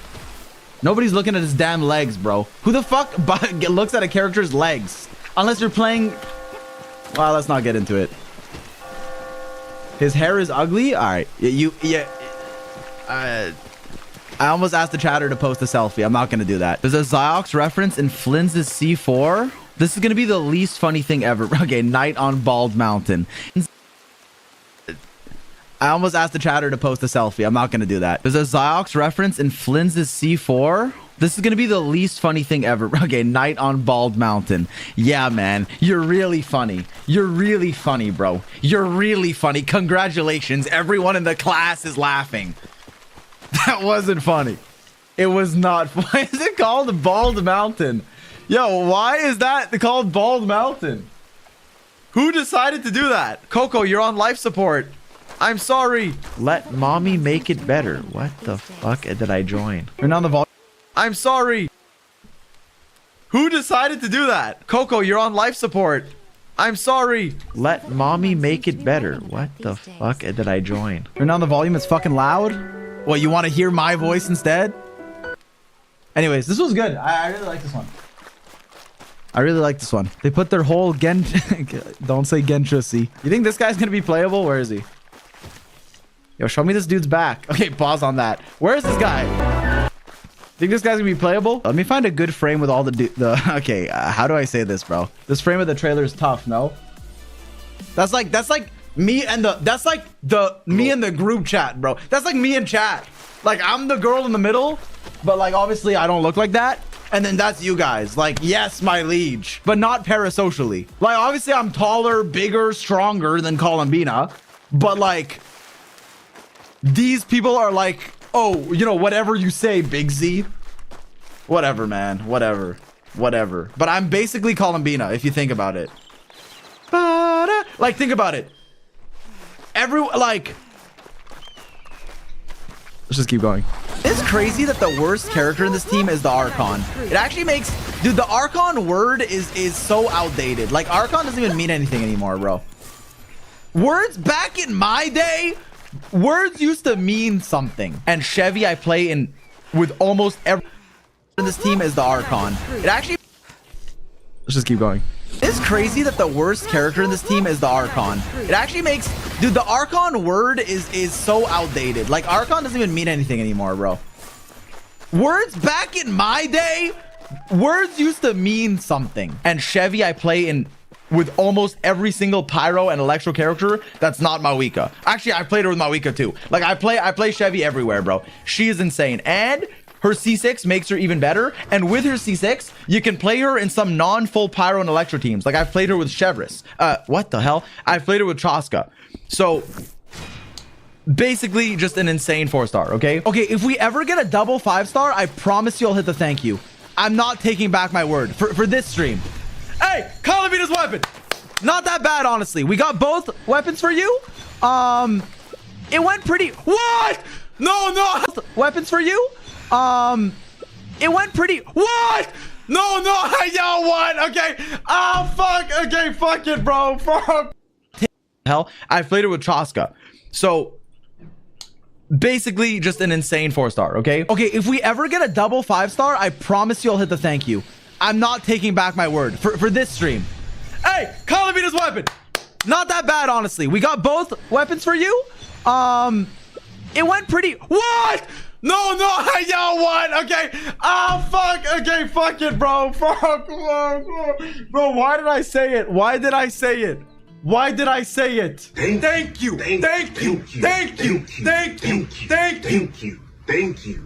No, I'm done. I'm never doing that again. Why did I say it? Thank you.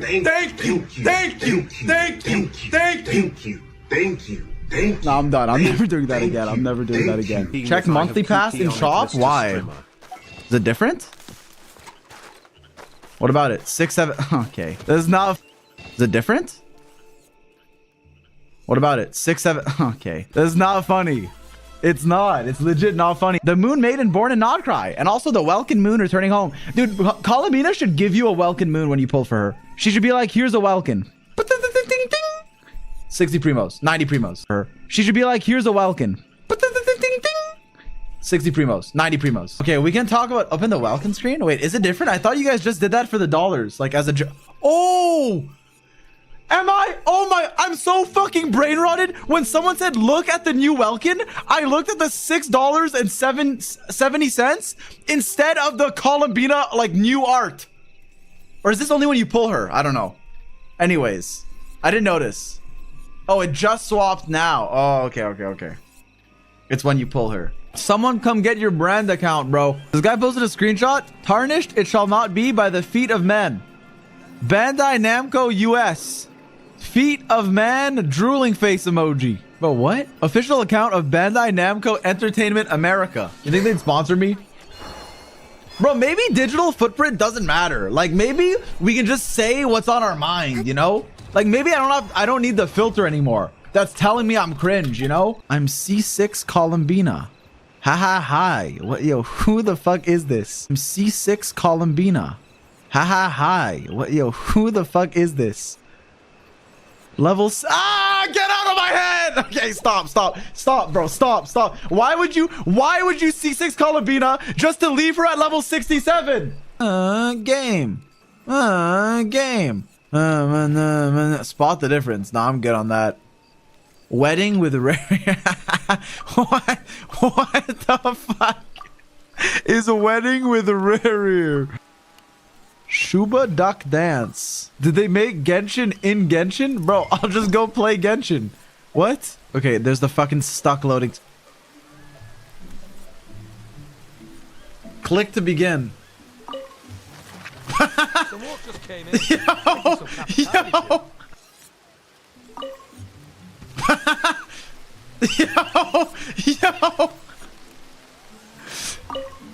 What the? Hey, Catherine, you look a bit different today. I'm sorry you have not completed your commissions, okay? Mine collector. Start. Collect 21. Okay? Let's do this, bro. Let's do this.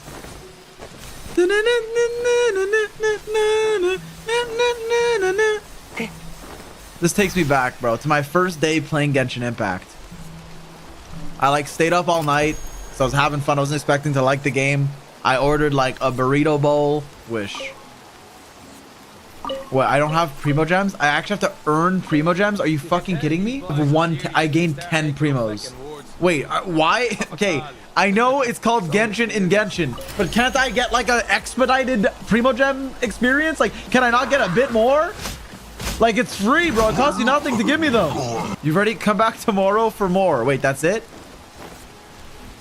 I can't even do a fucking single pull. Oh my god, bro, what? Okay, wait. Dude, what? Hello? Congrats, you got a Welkin Moon. Yes! Bro, what? Okay, wait. Dude, what? Hello? Congrats, you got a Welkin Moon. Yes! Wait, I can do a single pull, ladies and gentlemen. What?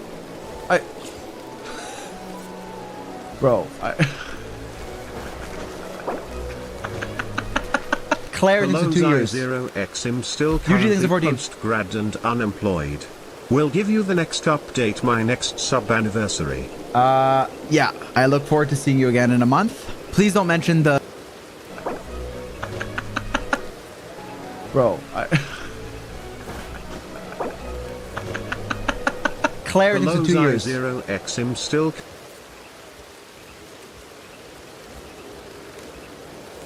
UG thinks in 14. Post-grad and unemployed.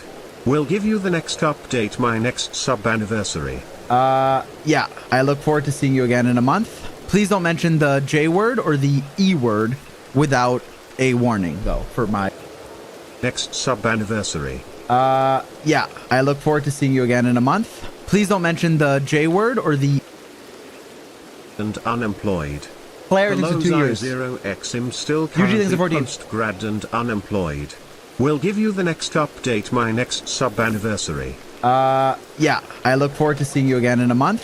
Please don't mention the J word or the E word without a warning, though, for me and for my community. We're gonna start with the Wordle. I'm scared to get a job, so I got one for you. Okay, you dropped the J word with no warning. Please just be more cautious next time. I'm not gonna, get mad at you, but just be more cautious dropping that word. It's okay, right? Maybe you're trying to phase it out of your vocabulary. It's all good. We've all been there. Just, be careful with the J word. Whoa, you can't say that! Right?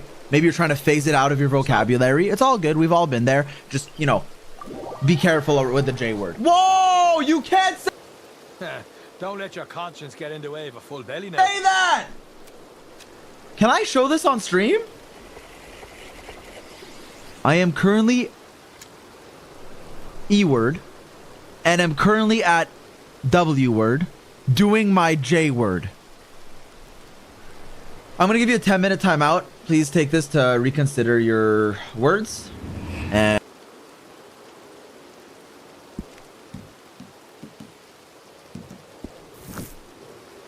so, you're interested, eh? What are you doing?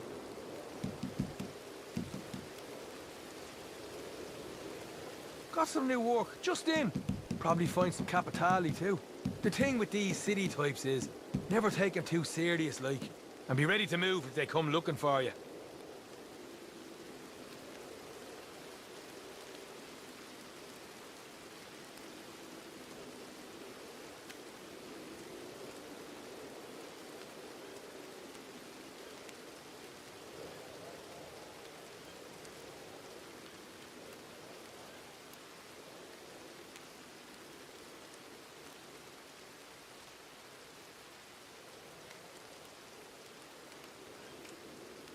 What's his name again? Martelly, Martello, my belly, who cares?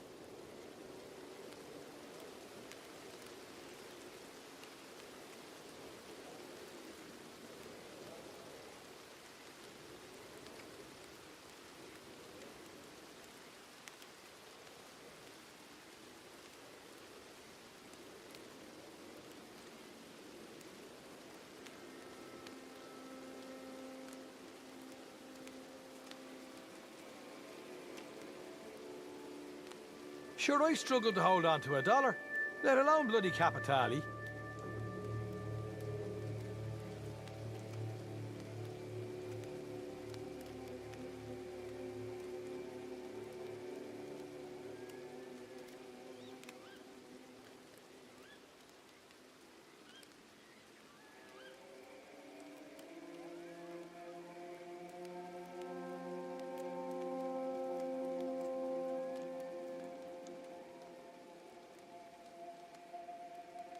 I wonder what my mentor would say about all this.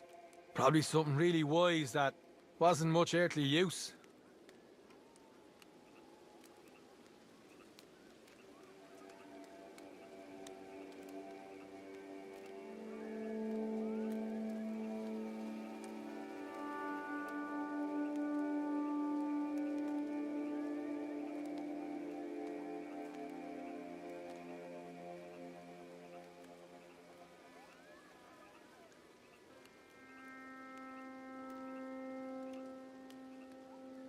Don't look at me like that.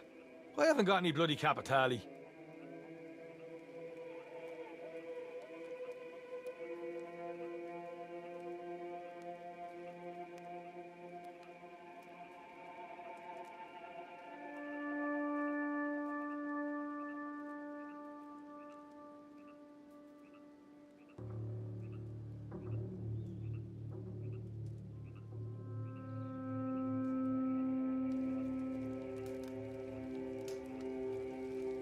The thing with these city types is, never take them too serious, like, and be ready to move if they come looking for you.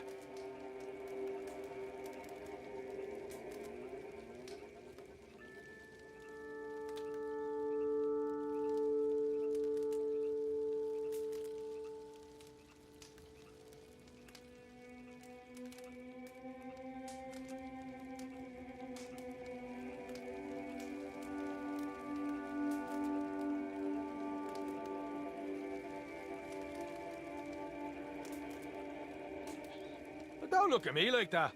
I haven't got any bloody capitali.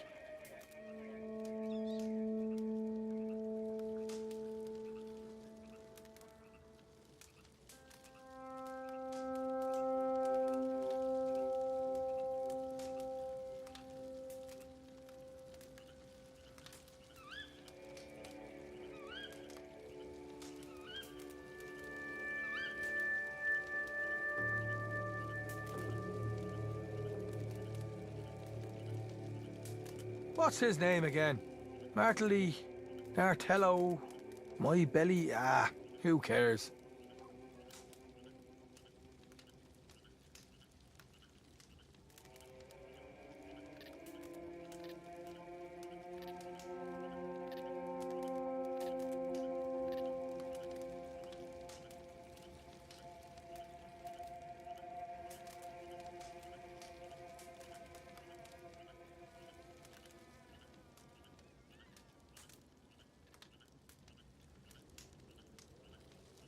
Sure, I struggled to hold on to $1, let alone bloody capitali.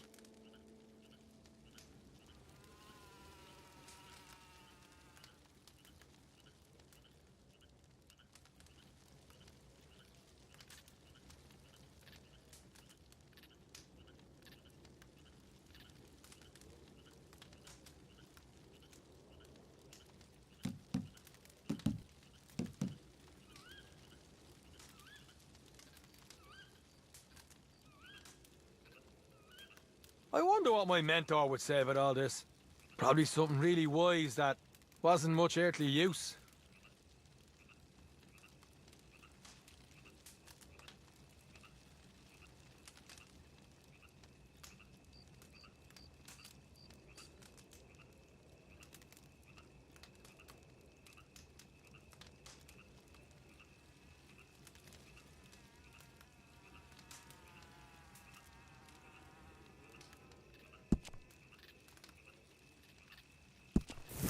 All right, now it's time for another one of your friend Sean's pearls of wisdom. If you're going to kick someone in the gob, do it once and do it right. That little gem. Pure Maguire. So, whose gob are we going to be kicking in, you might ask? I'll tell you, Leviticus Cornwall. He's not so happy about your recent antics up at Compson's stead. I'd classify that as a half-kicking. So, if I'm going to stand by my own principles, we need to supply the other half as soon as possible. Martelli suggests we go up after his refinery. Bound to be plenty worth stealing. And if Martelli is right, some of what's worth stealing is bound to be capitali. Good deal all round.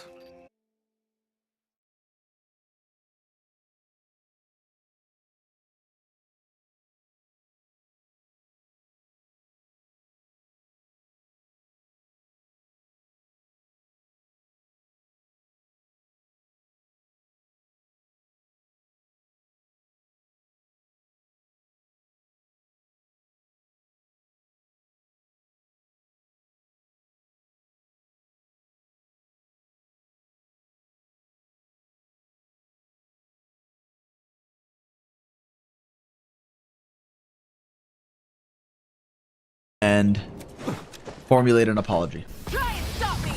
Words and In a timeout, please take this to reconsider your words and formulate an apology. Try and stop me. It's over here. It's over here. Is this? It's over here. It's over here. Is this? Our fate? It's over here. Why are your characters on life support? If you play Shilonin, you know. If you don't, you don't. Her burst is ready. Wait, why isn't it healing my characters? Oh, that's weird. Cybers. Wait, what the fuck did I just click on? This is not a whale. Cybers. Wait, why isn't it healing my characters? Oh, that's weird. Cybers.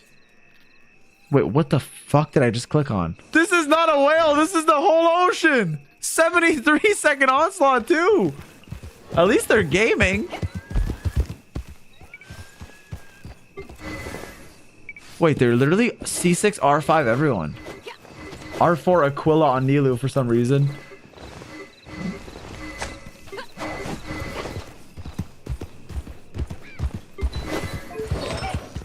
Dude, this person might have funded an entire update.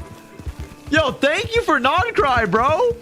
I mean, the artifacts are pretty good too. I mean, really good too. I respect it.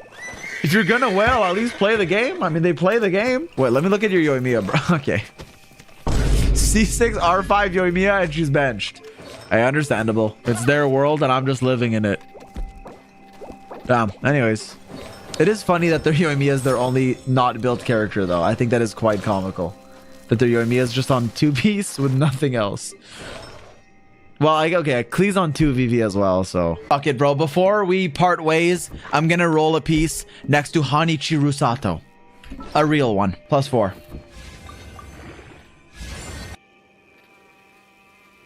Rusato. A real one. +4.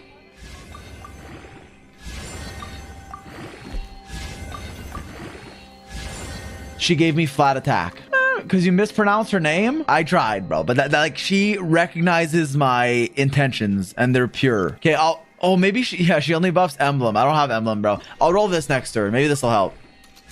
Wait, crit damage? Thank you. Wait, crit damage? Thank you.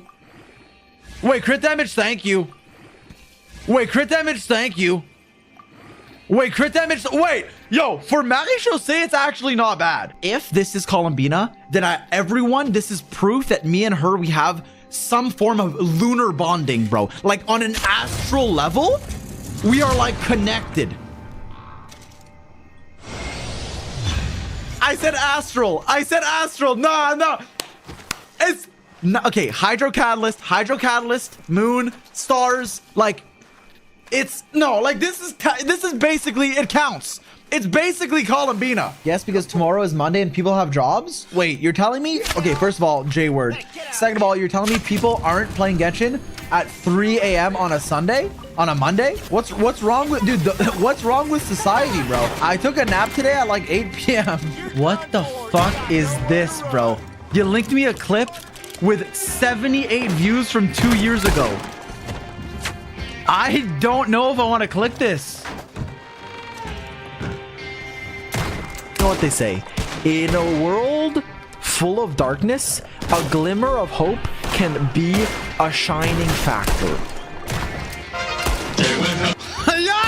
You're not! No, you're not!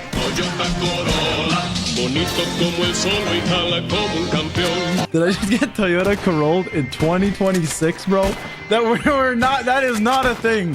That hasn't been a thing for years. Okay, you're not Toyota Corolling me in 2026. Pro TCG player 23. Hoyo, please let us make more decks. Wait, this guy might be Sino. Level 3 Skirk, level 3 Milani. You have a... One second. Pro TCG player, excuse me. You have a level 90 Surfs Up, but it's on Charlotte, and your Milani's level 3. I mean, I respect it, bro. He's too busy playing TCG. So that is almost 50 crit value. It's not as good as Xiox's Fabled Sand, but it has ER, so for a flower, it's, you know, insane. Feather. It's not technically better than Xiox's Fabled Feather, where he has 35 crit damage, 6.6 crit rate, attack, and also ER is actually 1 extra roll. But The HP can even be used on Neville. This is really good. Reshape, yo. Imagine I do this. No, what? I'm not evil. I'm not evil. Dude, no way I actually have a reason to check my 4-star artifacts now. You guys clowned me for years, but look who is finally vindicated. Do this? No, what? Good. Reshape, yo. Imagine I do this. No, what? I'm not evil. I'm not evil. Dude, no way I actually have a reason to check my 4-star artifacts now. You guys clowned me for years, but look who is finally vindicated. Look who finally is right, bro. Oh shit. Instructor. Yup. Wait, I got EM already. Can you teach me how to say a seal pushed me in French?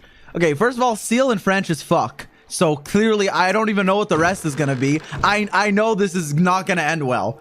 So what is it? A seal pushed me? Un fuck? Ma poussé. Yeah, I know what you're going for.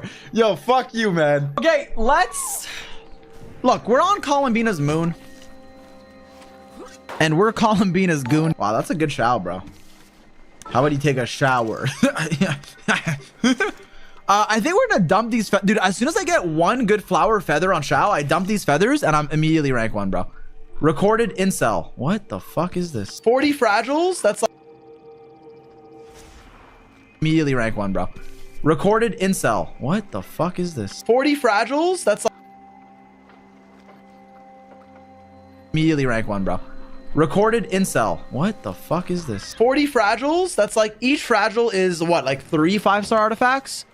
4 maybe if we do it during the Stygian. Let's say 4. It might be more, but let's say 4. 4 times 40 is 600. Wait, what the fuck am I saying? I'm stupid. I'm sorry. What did I just say? 160. What the fuck? What did I just say? What did I just say? 600. Sorry, because I was thinking 60. Okay, I don't know what just happened.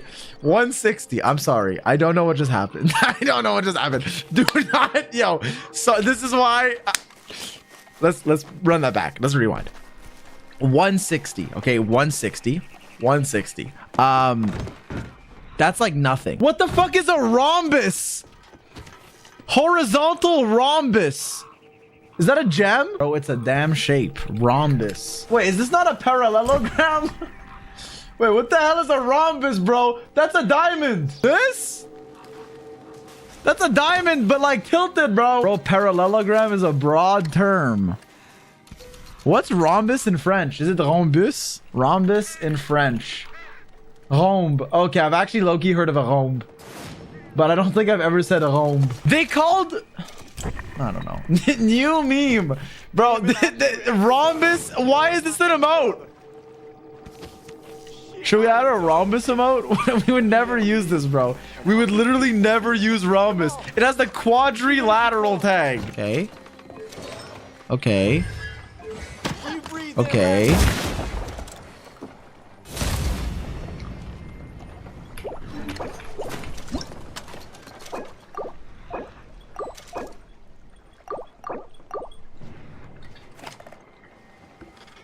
Thanks for the co-op. That's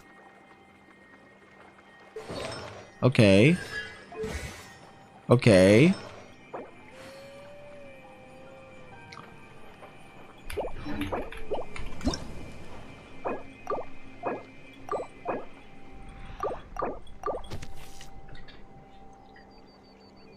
Thanks for the co-op. That's enough for today.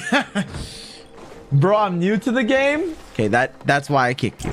That feather is not you are not worthy of such a piece. Yeah, I'm also new to the game and I get a fucking 35 crit value on set fucking goblet. Yeah. Honestly, a lot of attack on your pieces. This is a good skirt. There was like a guy who was like the director of the year again. And like, I think as a kid we didn't like him, but honestly looking back, he did nothing wrong. So like, I think I was just a shithead. But anyways, I didn't know it was his office. So his office was there and I didn't know he was there. And my friends, I had my locker and my friends were waiting. They were going to wait for me at my locker so we could go to class together. But I think they just went without me. Okay. So I was like, what the fuck? These guys went without me. So they left and then I ran and I'm not. So they left and then I ran I ran, and I'm not talking about the country, and I said, like, I think I yelled, like, fuck you, but it was like in front of his office. And then I heard him be like, hey, and then he got up, and then I was like, shit. So I ran into my class, which was like around the left corner. So I ran into my class, and I just sat down, and then I heard the guy like walking behind me as I was running, and he entered the class, and then low-key roasted me in front of all the students. But that's okay. I didn't get a detention. I just was like, sorry, sir. Sorry. There's a rumor there's a 7th character apparently. Wait, like 6? Don't say 6. Okay, but like outside of the 6th one? Because there's 1, 2, 3, 4, 5, 6. Where would the 7th one be? No, I'm not bringing, you know what, into 2026. I literally feel like this right now. Hey, Kev. Hey, buddy. Guys, hey. Thanks for visiting. Got you some This is how I feel like. Oh, man, thanks. So how you doing, pal? Yeah, it's been good. It's been a year since my last incident, so... Oh, that's awesome. This is me right now. It's actually yeah, it's been a while since I've seen you guys, hasn't it? Yeah, what's been like 8 years? 8 years, yeah. No, it's been more like 6 years. Maybe 7. 6? This is me, bro. This is... Okay. Fight it, Kevin. 6. 6, 7, 6, 7. What did you do? 6, 7. I didn't mean to. I didn't mean to, Kevin. I'm sorry. Where are you taking him? 6, 7, 6, 7, 6, 7, 6, 7. I'm sorry. We're leaving it in 2026, bro. We're not bringing it. No, I do think the first Hawk 2 of 2026 would be a great short, though. No, I'm writing that down, bro.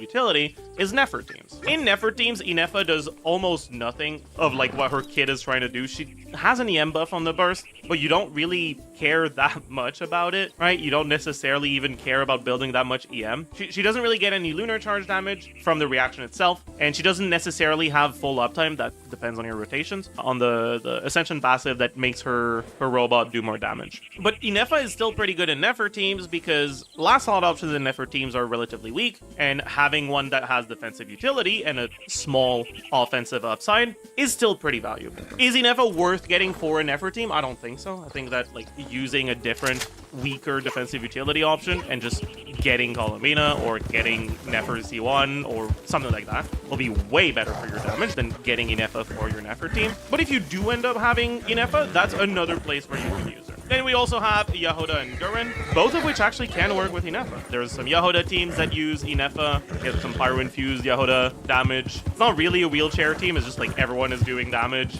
You can use Durin, both just in quote-unquote taser Inefa, right? Soup Inefa, basically. You can also just use Durin in Flynn's team.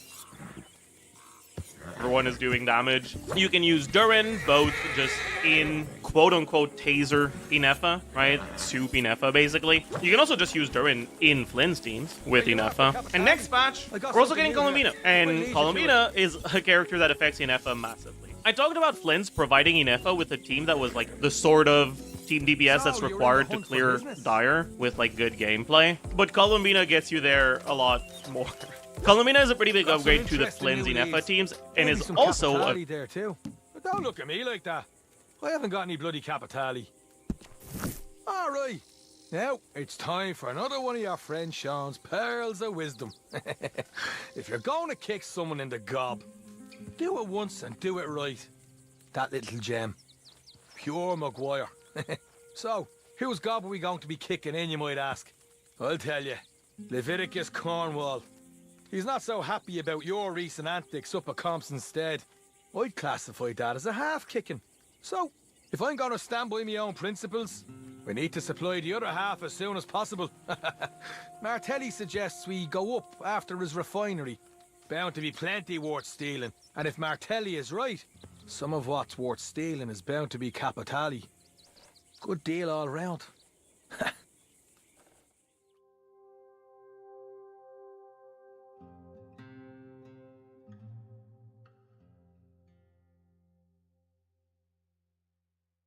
very arguably a larger upgrade to the Inefa teams without Flins. Like, pretty much every team with Inefa will be stronger with Colombina, and the teams that were weaker to begin with will get a bigger upgrade. From what I've looked at, Inefa Colombina seems to be a much stronger 2-unit core than Inefa Flins. And so this is part of why I call Flins a fraud. From what I've looked at, I just kind of expect Flins to be a luxury pull where like you go for him if you really want to make your Lunar Charge team stronger, but you just don't need to because Inefa Colombina will be strong enough. One thing you may have noticed from everything I've said so far is that I've talked a lot about other units, and namely a lot of other 5-stars. Inefa is a character who, like, when you just put her in a team that isn't running any of the other like relatively recent good characters, her synergy just isn't there, right? Her synergy is with a lot of these recent characters, and without that synergy, Inefa is kind of underwhelming. With that synergy, though, Inefa is one of the best units in the game right now. So all of this to say, Inefa's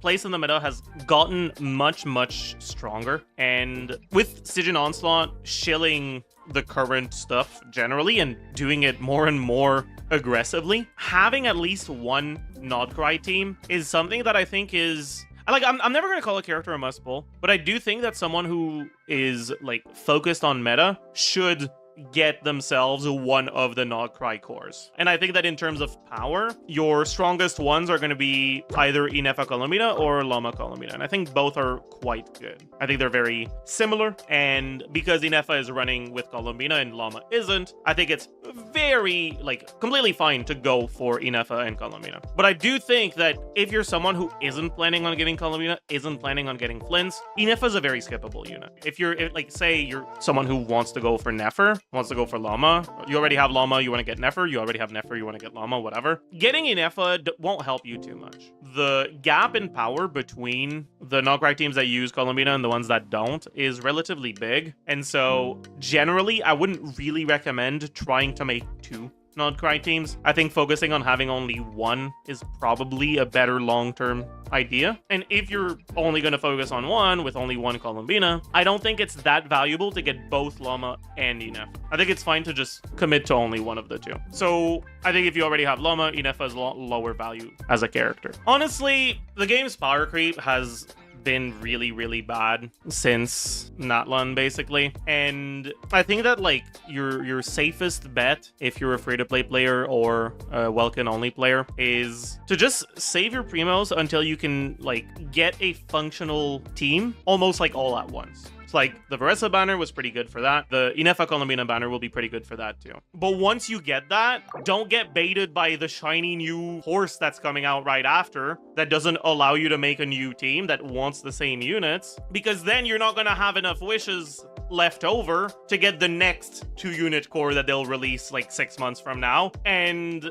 you're gonna feel awful about it. Yeah, and I also think if you are planning on getting Zabai, it's also a consideration to just skip Inefa. Inefa is one of the good characters in Zabai teams, but she's not the only one, right? You can use her with Zabai kind of like you can use her with Nefer. Anyways, that's pretty much it for Inefa's place in the meta now. Obviously, things have changed. I think she's a fairly high full value character and a pretty good one as well. But remember not to go for a character you aren't going to play, right? If you don't like the character, doesn't matter how strong they are. If they're going to get benched, they're not strong. Anyways, we can now move on to the questions from chat. How does ER affect Inefa? How valuable is the EM buff if you're sacrificing stats for ER? What teams need or don't need her burst? In my pre-release, I think I overvalued her burst a little bit. I don't think her burst is necessarily bad to use, but with the way that the game has developed since then, especially with the news of the fucking new set coming next patch, the value of Inefa's burst is a bit lower because her ability to maximize her personal damage is a bit higher. Her burst is generally worth using when you have it, and depending on how much ER you need to build in order to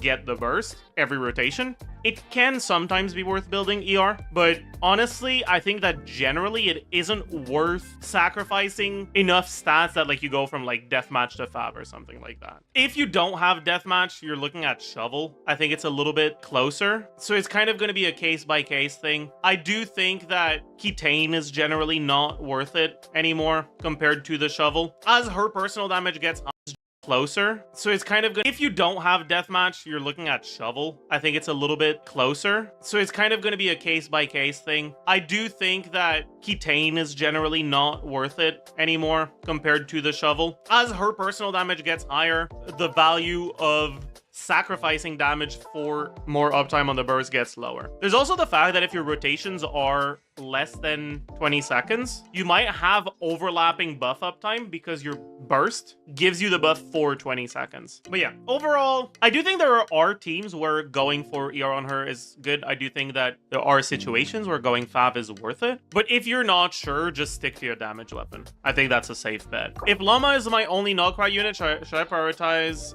Inefa or Colombina in this phase? I would prioritize Colombina for sure. Is on-field Inefa good? Is Inefa or Colombina in this phase? I would prioritize Colombina for sure. Is on-field Inefa good? I assume you're asking with the new stuff with Colombina. It's honestly not necessarily bad. Like when you build your default team, right? You get Inefa, you get Colombina, maybe you probably get Sucrose because Sucrose is kind of the GOAT. And you look at your last slot options other than Flynn's, and there kind of aren't really any on-fielders that are that good. And so instead of getting a dedicated on-fielder, you can just get another support and on-field a different character. I think that's generally pretty good because on-field means that you get to use the Night Sky set instead of the new set coming next patch, which I suppose we should talk about too, right? There's a new set coming next patch that is 60 lunar damage and as the 4-piece with 80 EM 2-piece, but only if you're in Ascendant Gleam. It's generally quite good for Inefa, but it's not as good as Sky, right? The crit is obviously better. So then the question is like, what's your best last slot options? And there's a few that can work. Because you don't necessarily have a dedicated on-fielder, you can get away with using stuff like Sarah, and the rotations are going to be unpleasant to say the least, but it's actually kind of goated if you manage to keep good uptime on Inefa. And you can also technically give the crit damage buff to Colombina for her lunar charge damage, as far as I understand. So like with really min-maxed rotations, you can probably have pretty close to full uptime on your Sarah buff on both Inefa and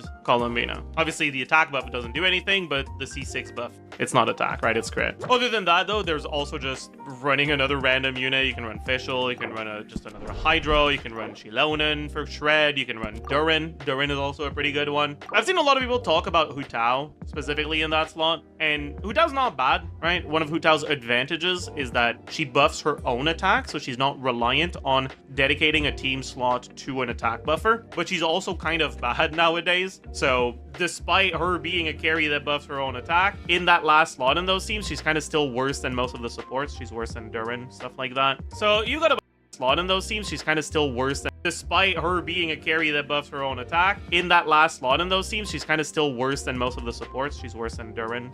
Her own attack in that last slot in those teams, she's kind of still worse than most of the supports. She's worse than Durin, stuff like that. So you got a bunch of options. Whether you should on-field Inefa or not, it's going to depend on the specific supports you're using in those teams. But generally, Inefa's damage is going to be higher than Colombina's damage, so having her on the Night Sky set and on-fielded, quote-unquote on-fielded, because you don't need to stay on-field, you just need to go back to her fairly often to keep uptime on the buff. But having her as your like quote-unquote dedicated on-fielder should generally be a better option, yeah. I want to get Inefa for my Flynn's team, but I also want to get Colombina for my Navia team, but since I have a decent Navia core with Shilonen, Farina, and Yelan, is it worth it? Or should I just go for Inefa? I enjoy playing both Navia and Flynn's. The Navia Colombina stuff is like not that much better than the current Navia stuff, so I'd probably lean more towards Inefa, but you can is like not that much better than the current Navia stuff, so I'd probably lean more towards Inefa, but you can also just play Colombina with Flynn's if you get her, so you could play her with either of them. But Flynn's tends to feel a lot worse without Inefa because your teams are going to be either a lot worse in terms of damage or not running any defensive utility. So I'd probably lean more towards Inefa in your case. Is Inefa more valuable to get than Colombina since I already have Nefer, Llama, and Nahida?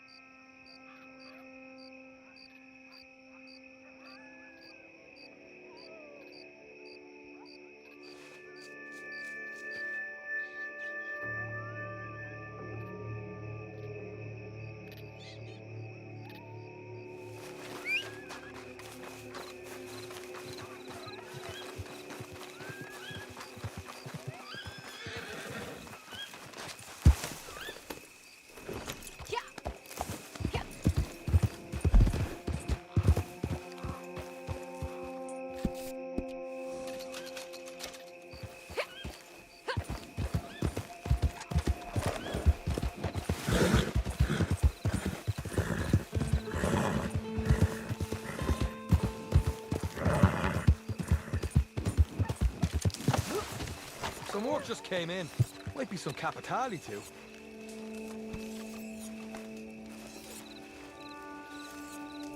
Got some new work, just in.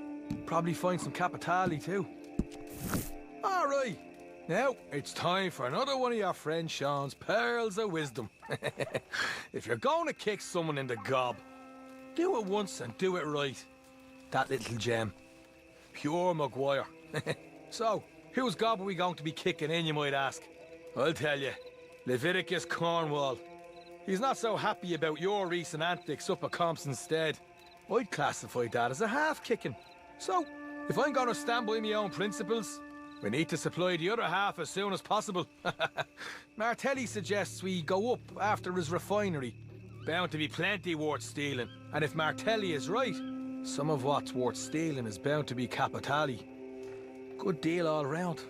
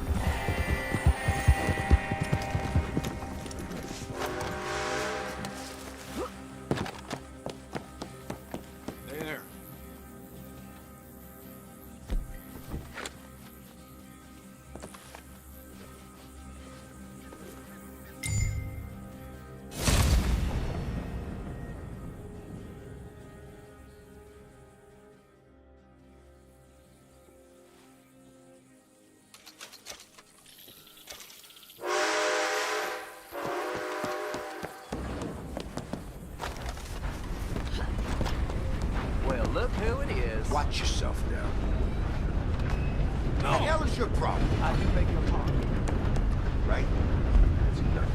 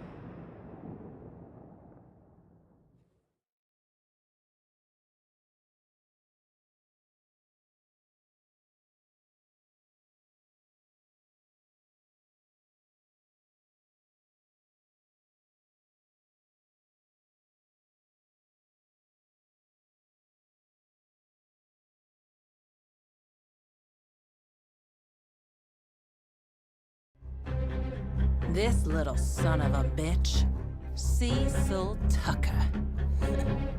His crime was cowardly, killing good folks in their sleep, and he's been a coward ever since, running off and hiding out. But I'll tell you what, if your crimes are heinous enough, they're gonna catch up with you. I hear he went to the Lemoyne Raiders over near Fort Brennan, hoping they'd protect him. And most probably they will. Up to a point. They fancy themselves guerrillas, this bunch. So I'd come ready for underhand tactics of some sort.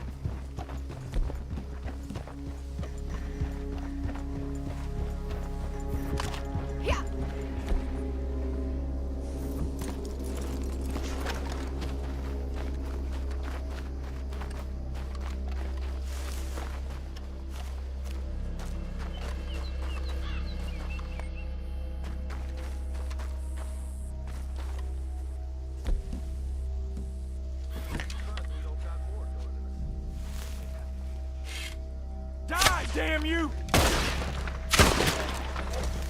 You're gonna ride in free soil! Hold the fort, boys!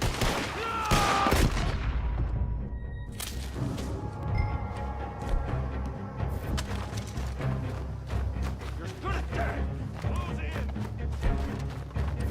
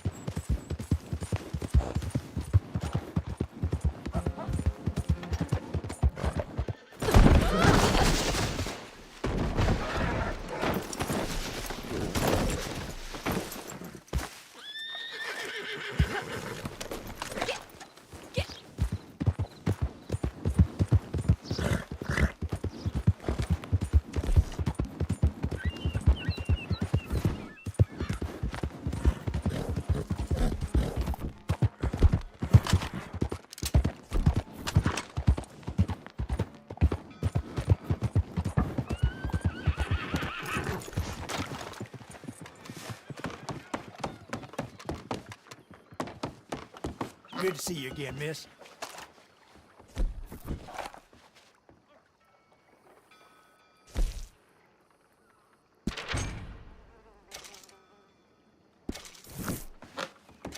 Come back if you actually want to buy something. You hear the law was taking money from some road agents? They got caught because they robbed one of them bastards. I knew that. Look out. That was quick. You need something else?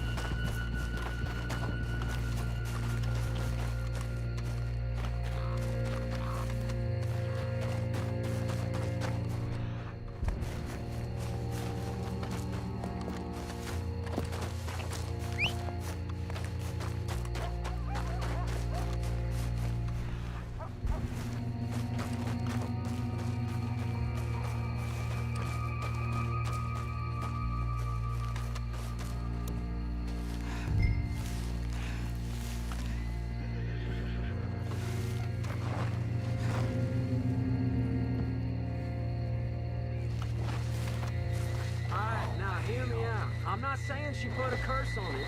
I'm saying she kissed him on the cheek, and 2 days later he was dead. Tongue swelled up in his head and he couldn't breathe. You gonna tell me that's just a coincidence, I suppose? Well, I don't buy it. Not for a minute. My pa knew one of her kind. Never deal with them, he said. Never take their money, never give them yours.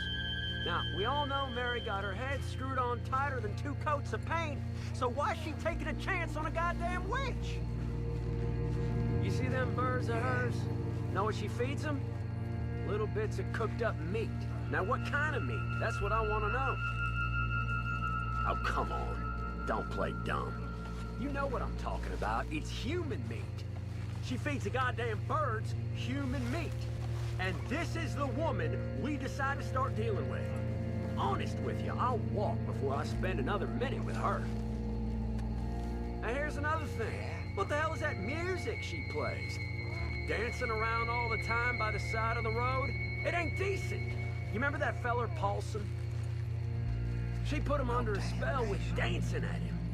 We was up there doing a deal, and she just starts dancing. Paulson, he was transfixed. All he could do to keep from drooling. Then she looks him dead in the eye and says, "Show me your heart." Next thing we know, they're off into the woods. 10 minutes later, she comes back alone. Never seen him since.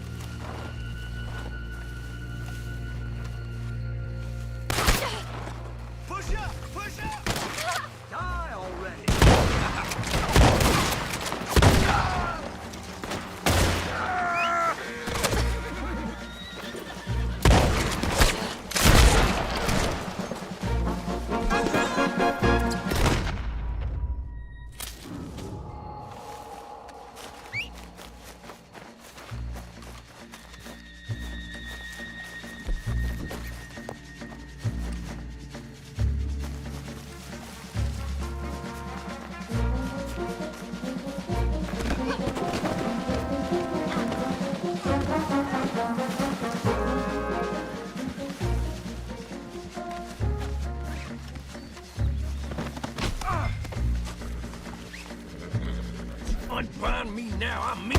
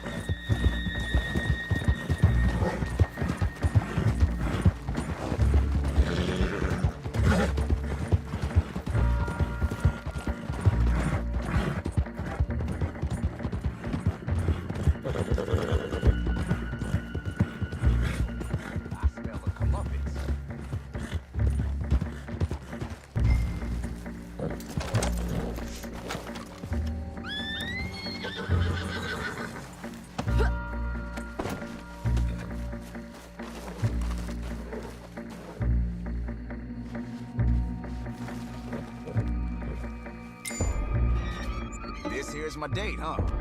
Throw him in there. And here's your prize.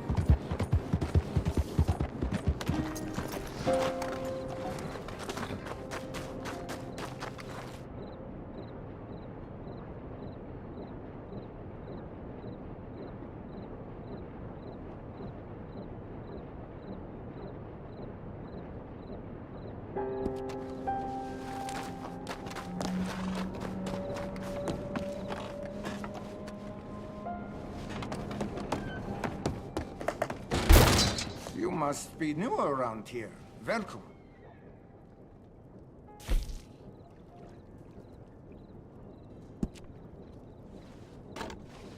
Ah, you have kept that perfectly maintained. I love to see that.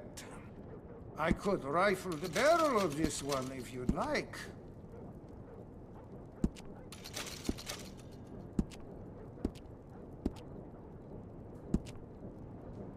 You won't know how you managed without this.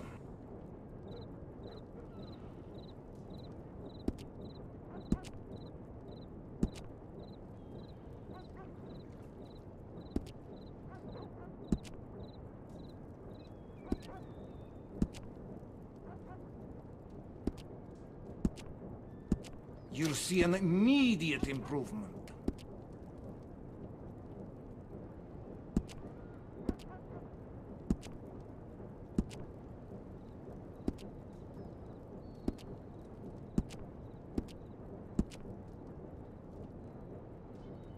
I'm afraid a gun won't do you much good without some ammo.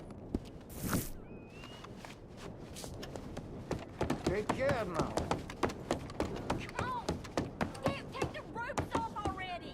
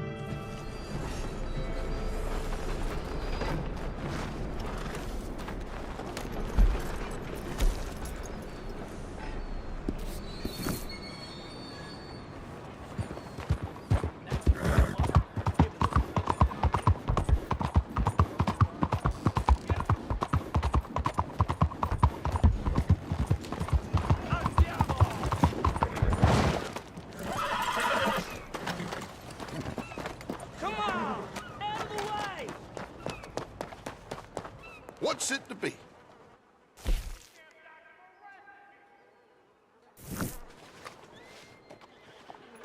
Morning. Will you move?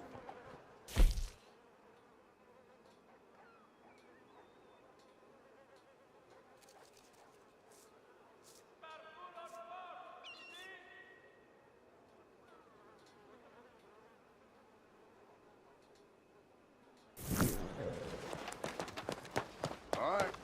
I'm here most days.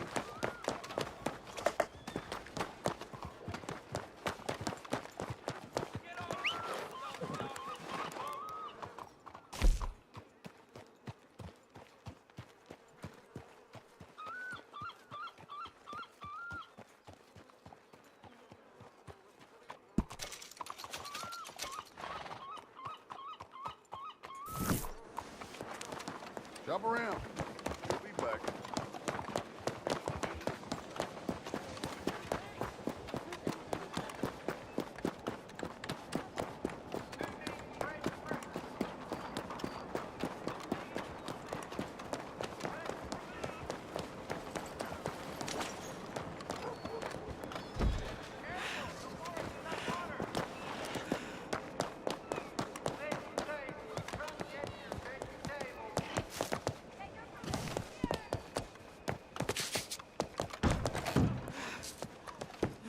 Well, look at this.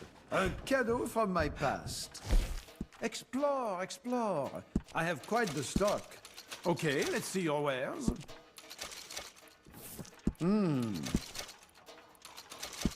Look at you, little hoarder. Whoever gave this to you was very nice. I won't ask where it came from. Oh, how selfless of you. Making sure something this fine isn't lost. Come back. Excuse me.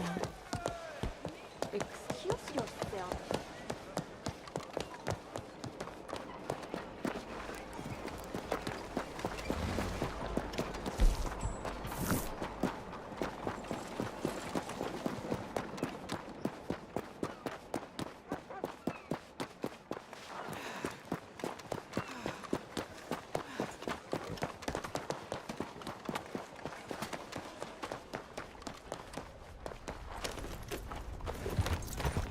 What the hell's the matter? What's the problem? Come on, move it. Get back.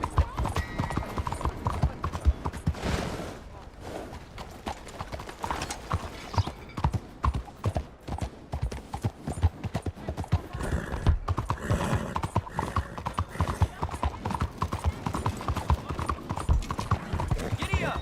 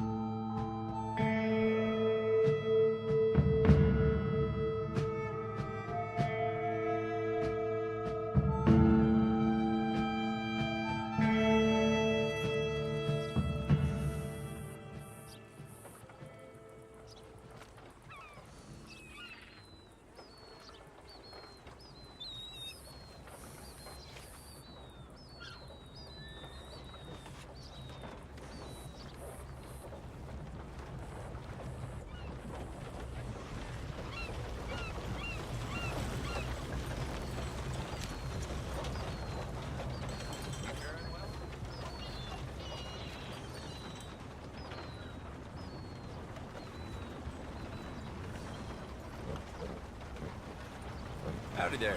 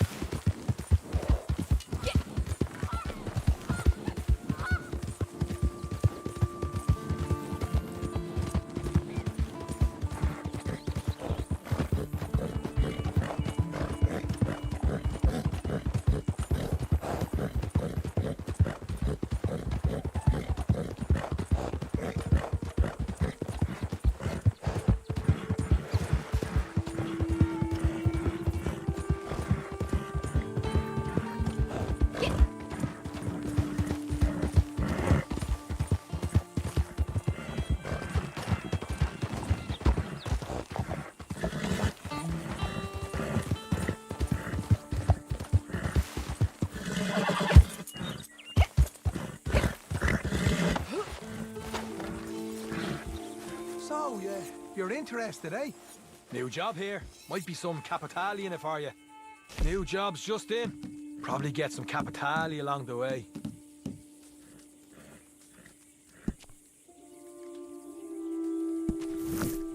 Well, I'd say some pats on the back are in order.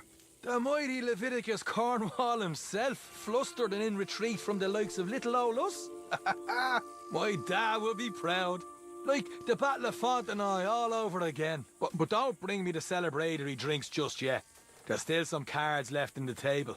If we play it right, we could turn a victory into a rout. Cornwall is making a bid to get his stock of capitali out of the country. Figures that's the only way to keep it safe. It's leaving from the freight yard in Saint Denis. And you know my rule. If you're bothering to break into a boatyard, steal a boat while you're there. May as well hang for a sheep as a lamb and all that.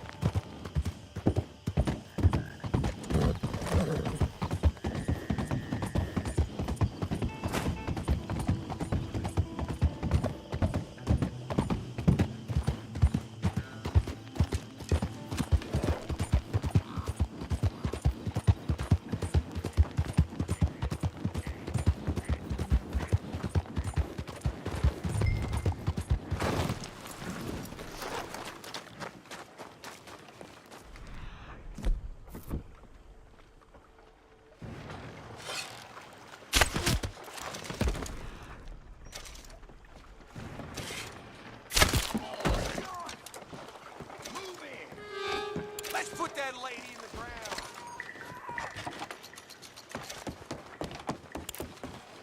This is the end of the line. Move it on it.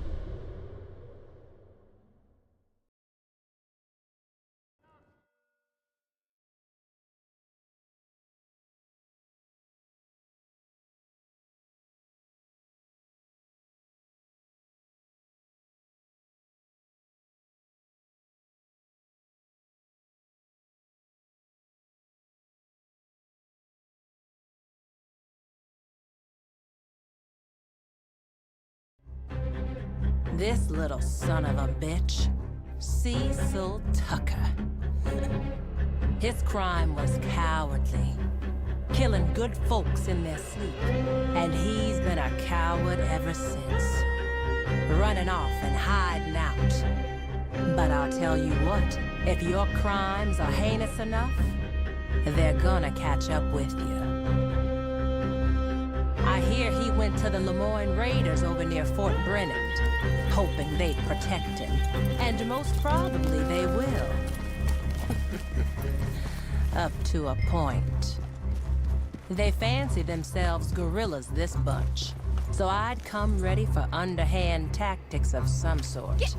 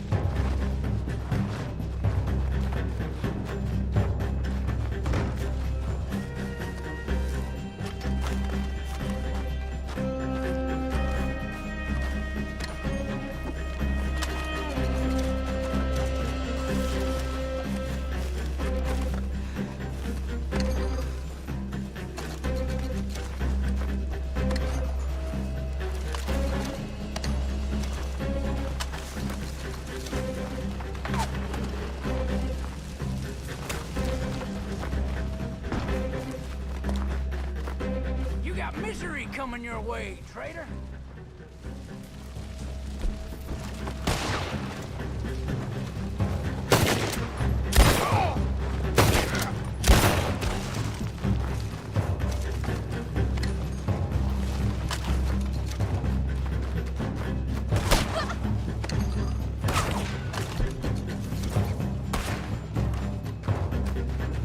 You won't put me in no cage.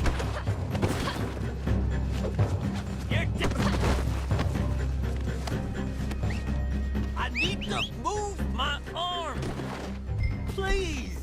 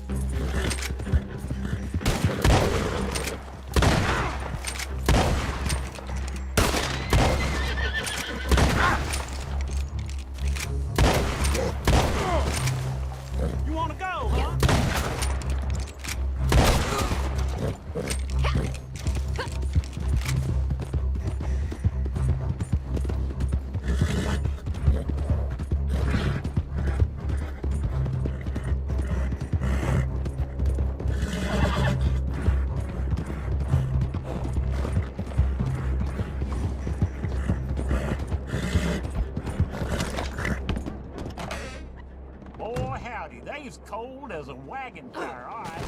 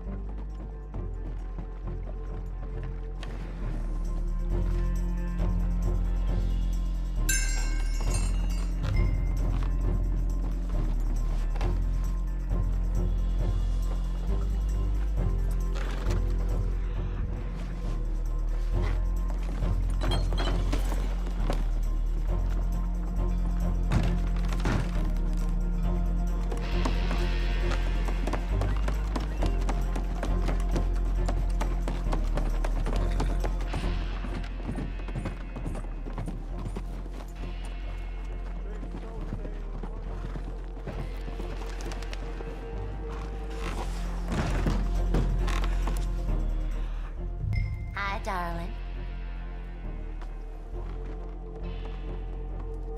This isn't go.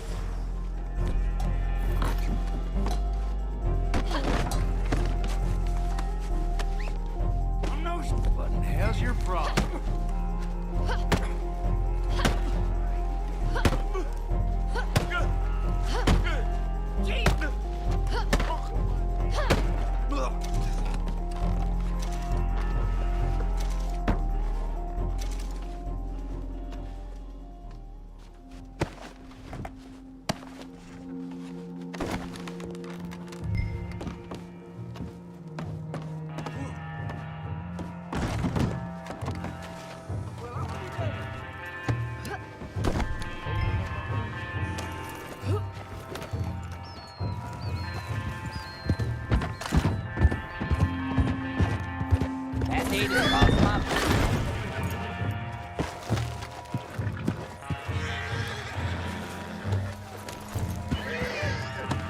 Seen it all, no.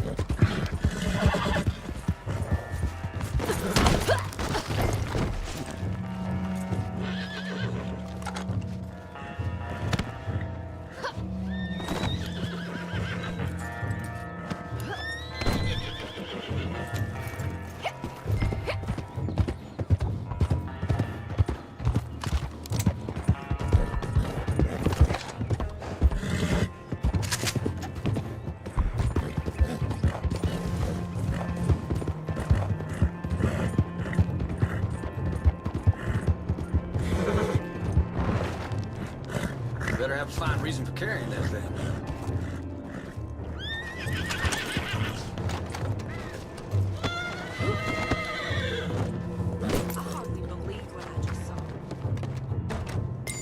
I confess I'm sad to see him still alive, but well done anyway. There's your money.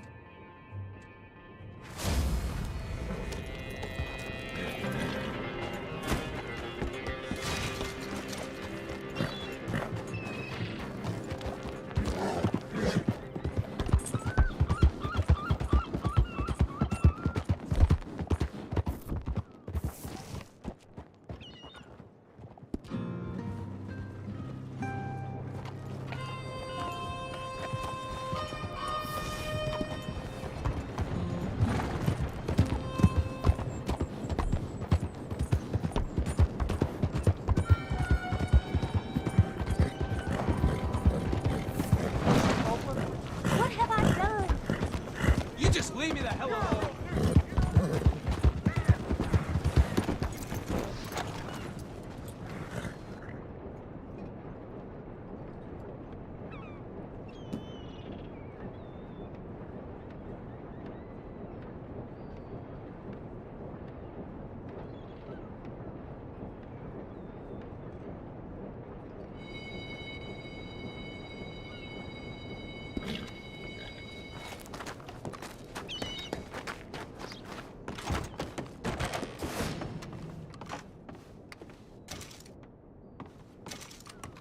Yeah, welcome.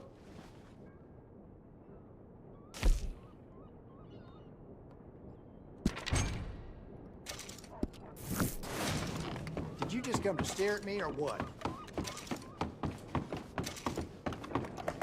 Fancy seeing you here.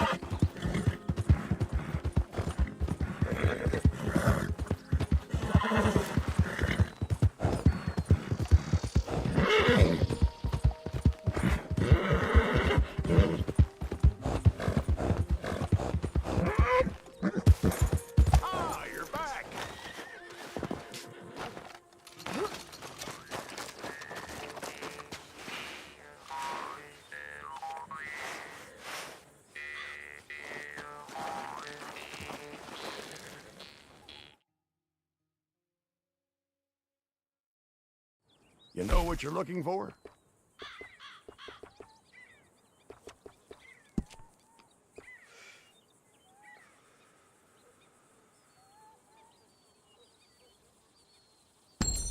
Excellent. I'll get to work.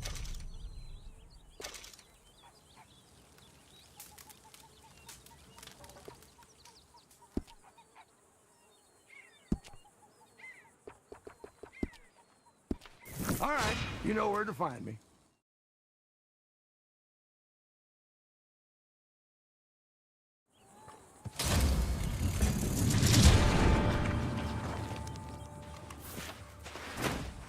You won't regret it.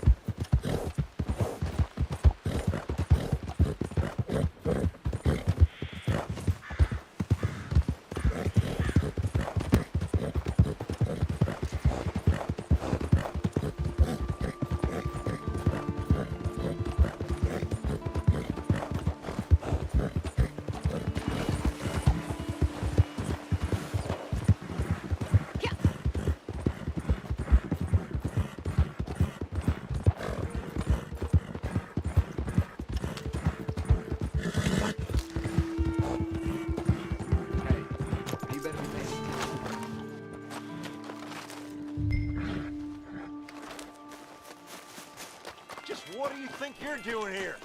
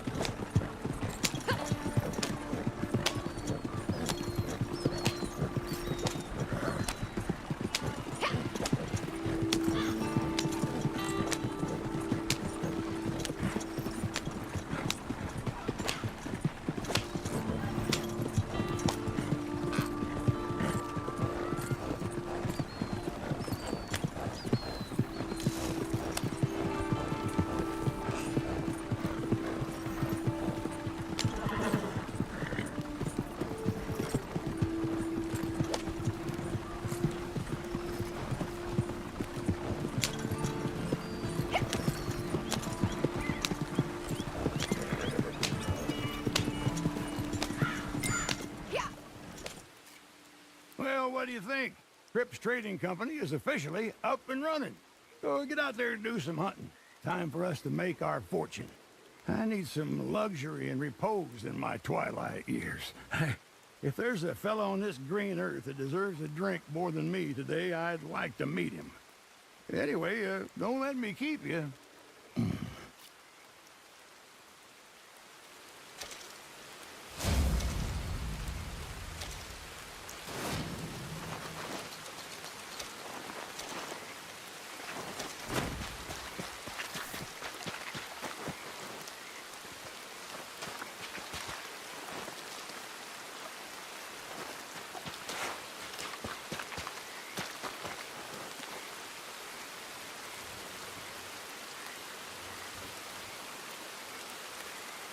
Straight to business, huh? I knew I'd pick the right partner.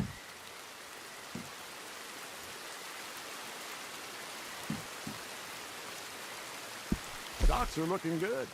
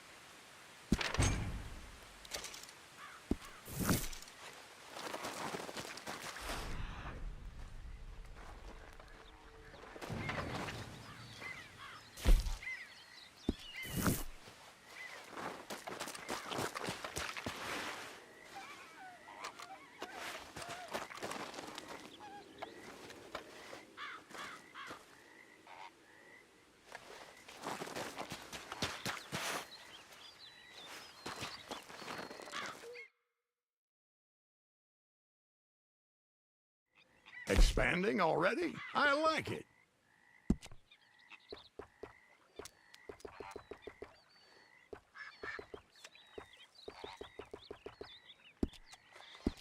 Anything else, just say the word.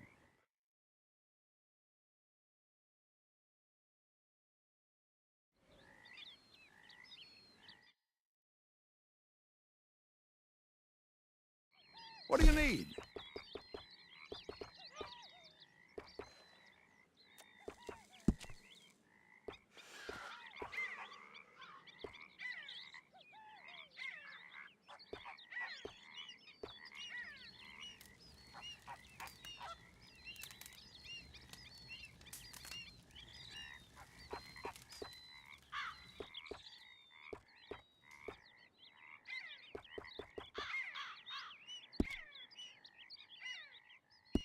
Let me know if there's anything else you need.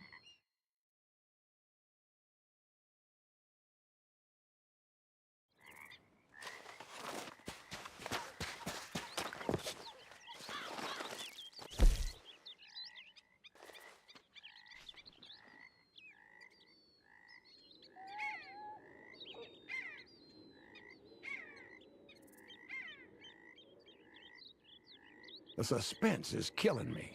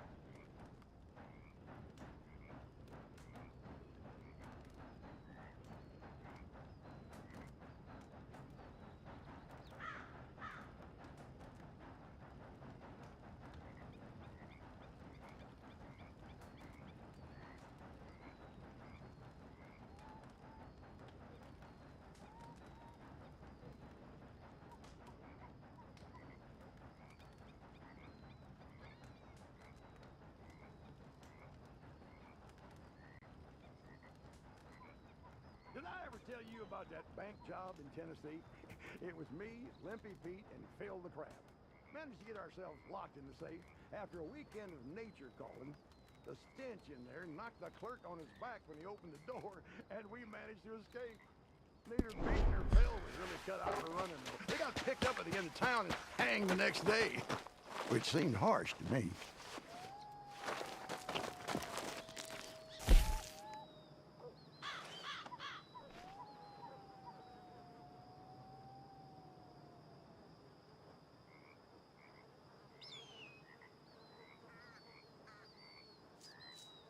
In your own time.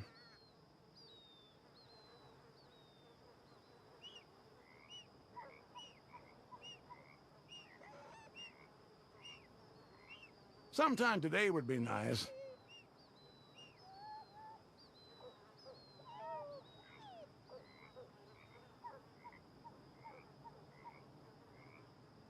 Come on, I'm a busy man.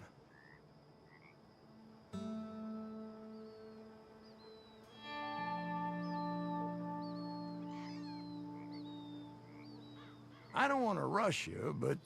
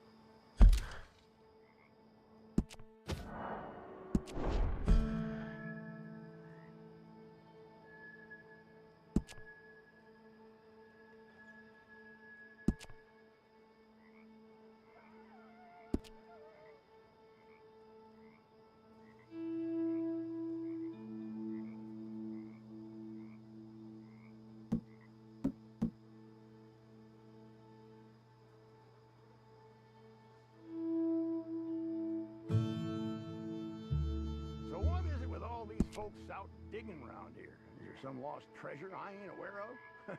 Feels like every one of their uncles got a shovel of late.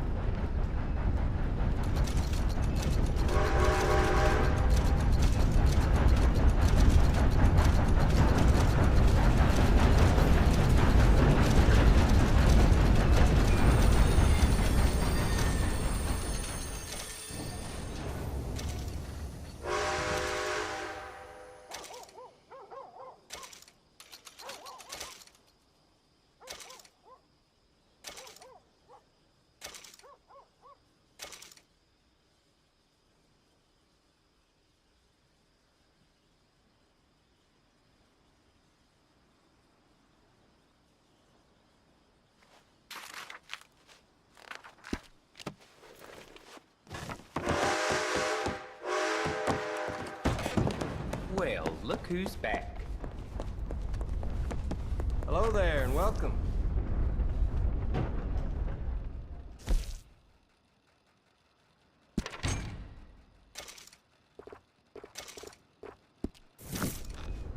See you later.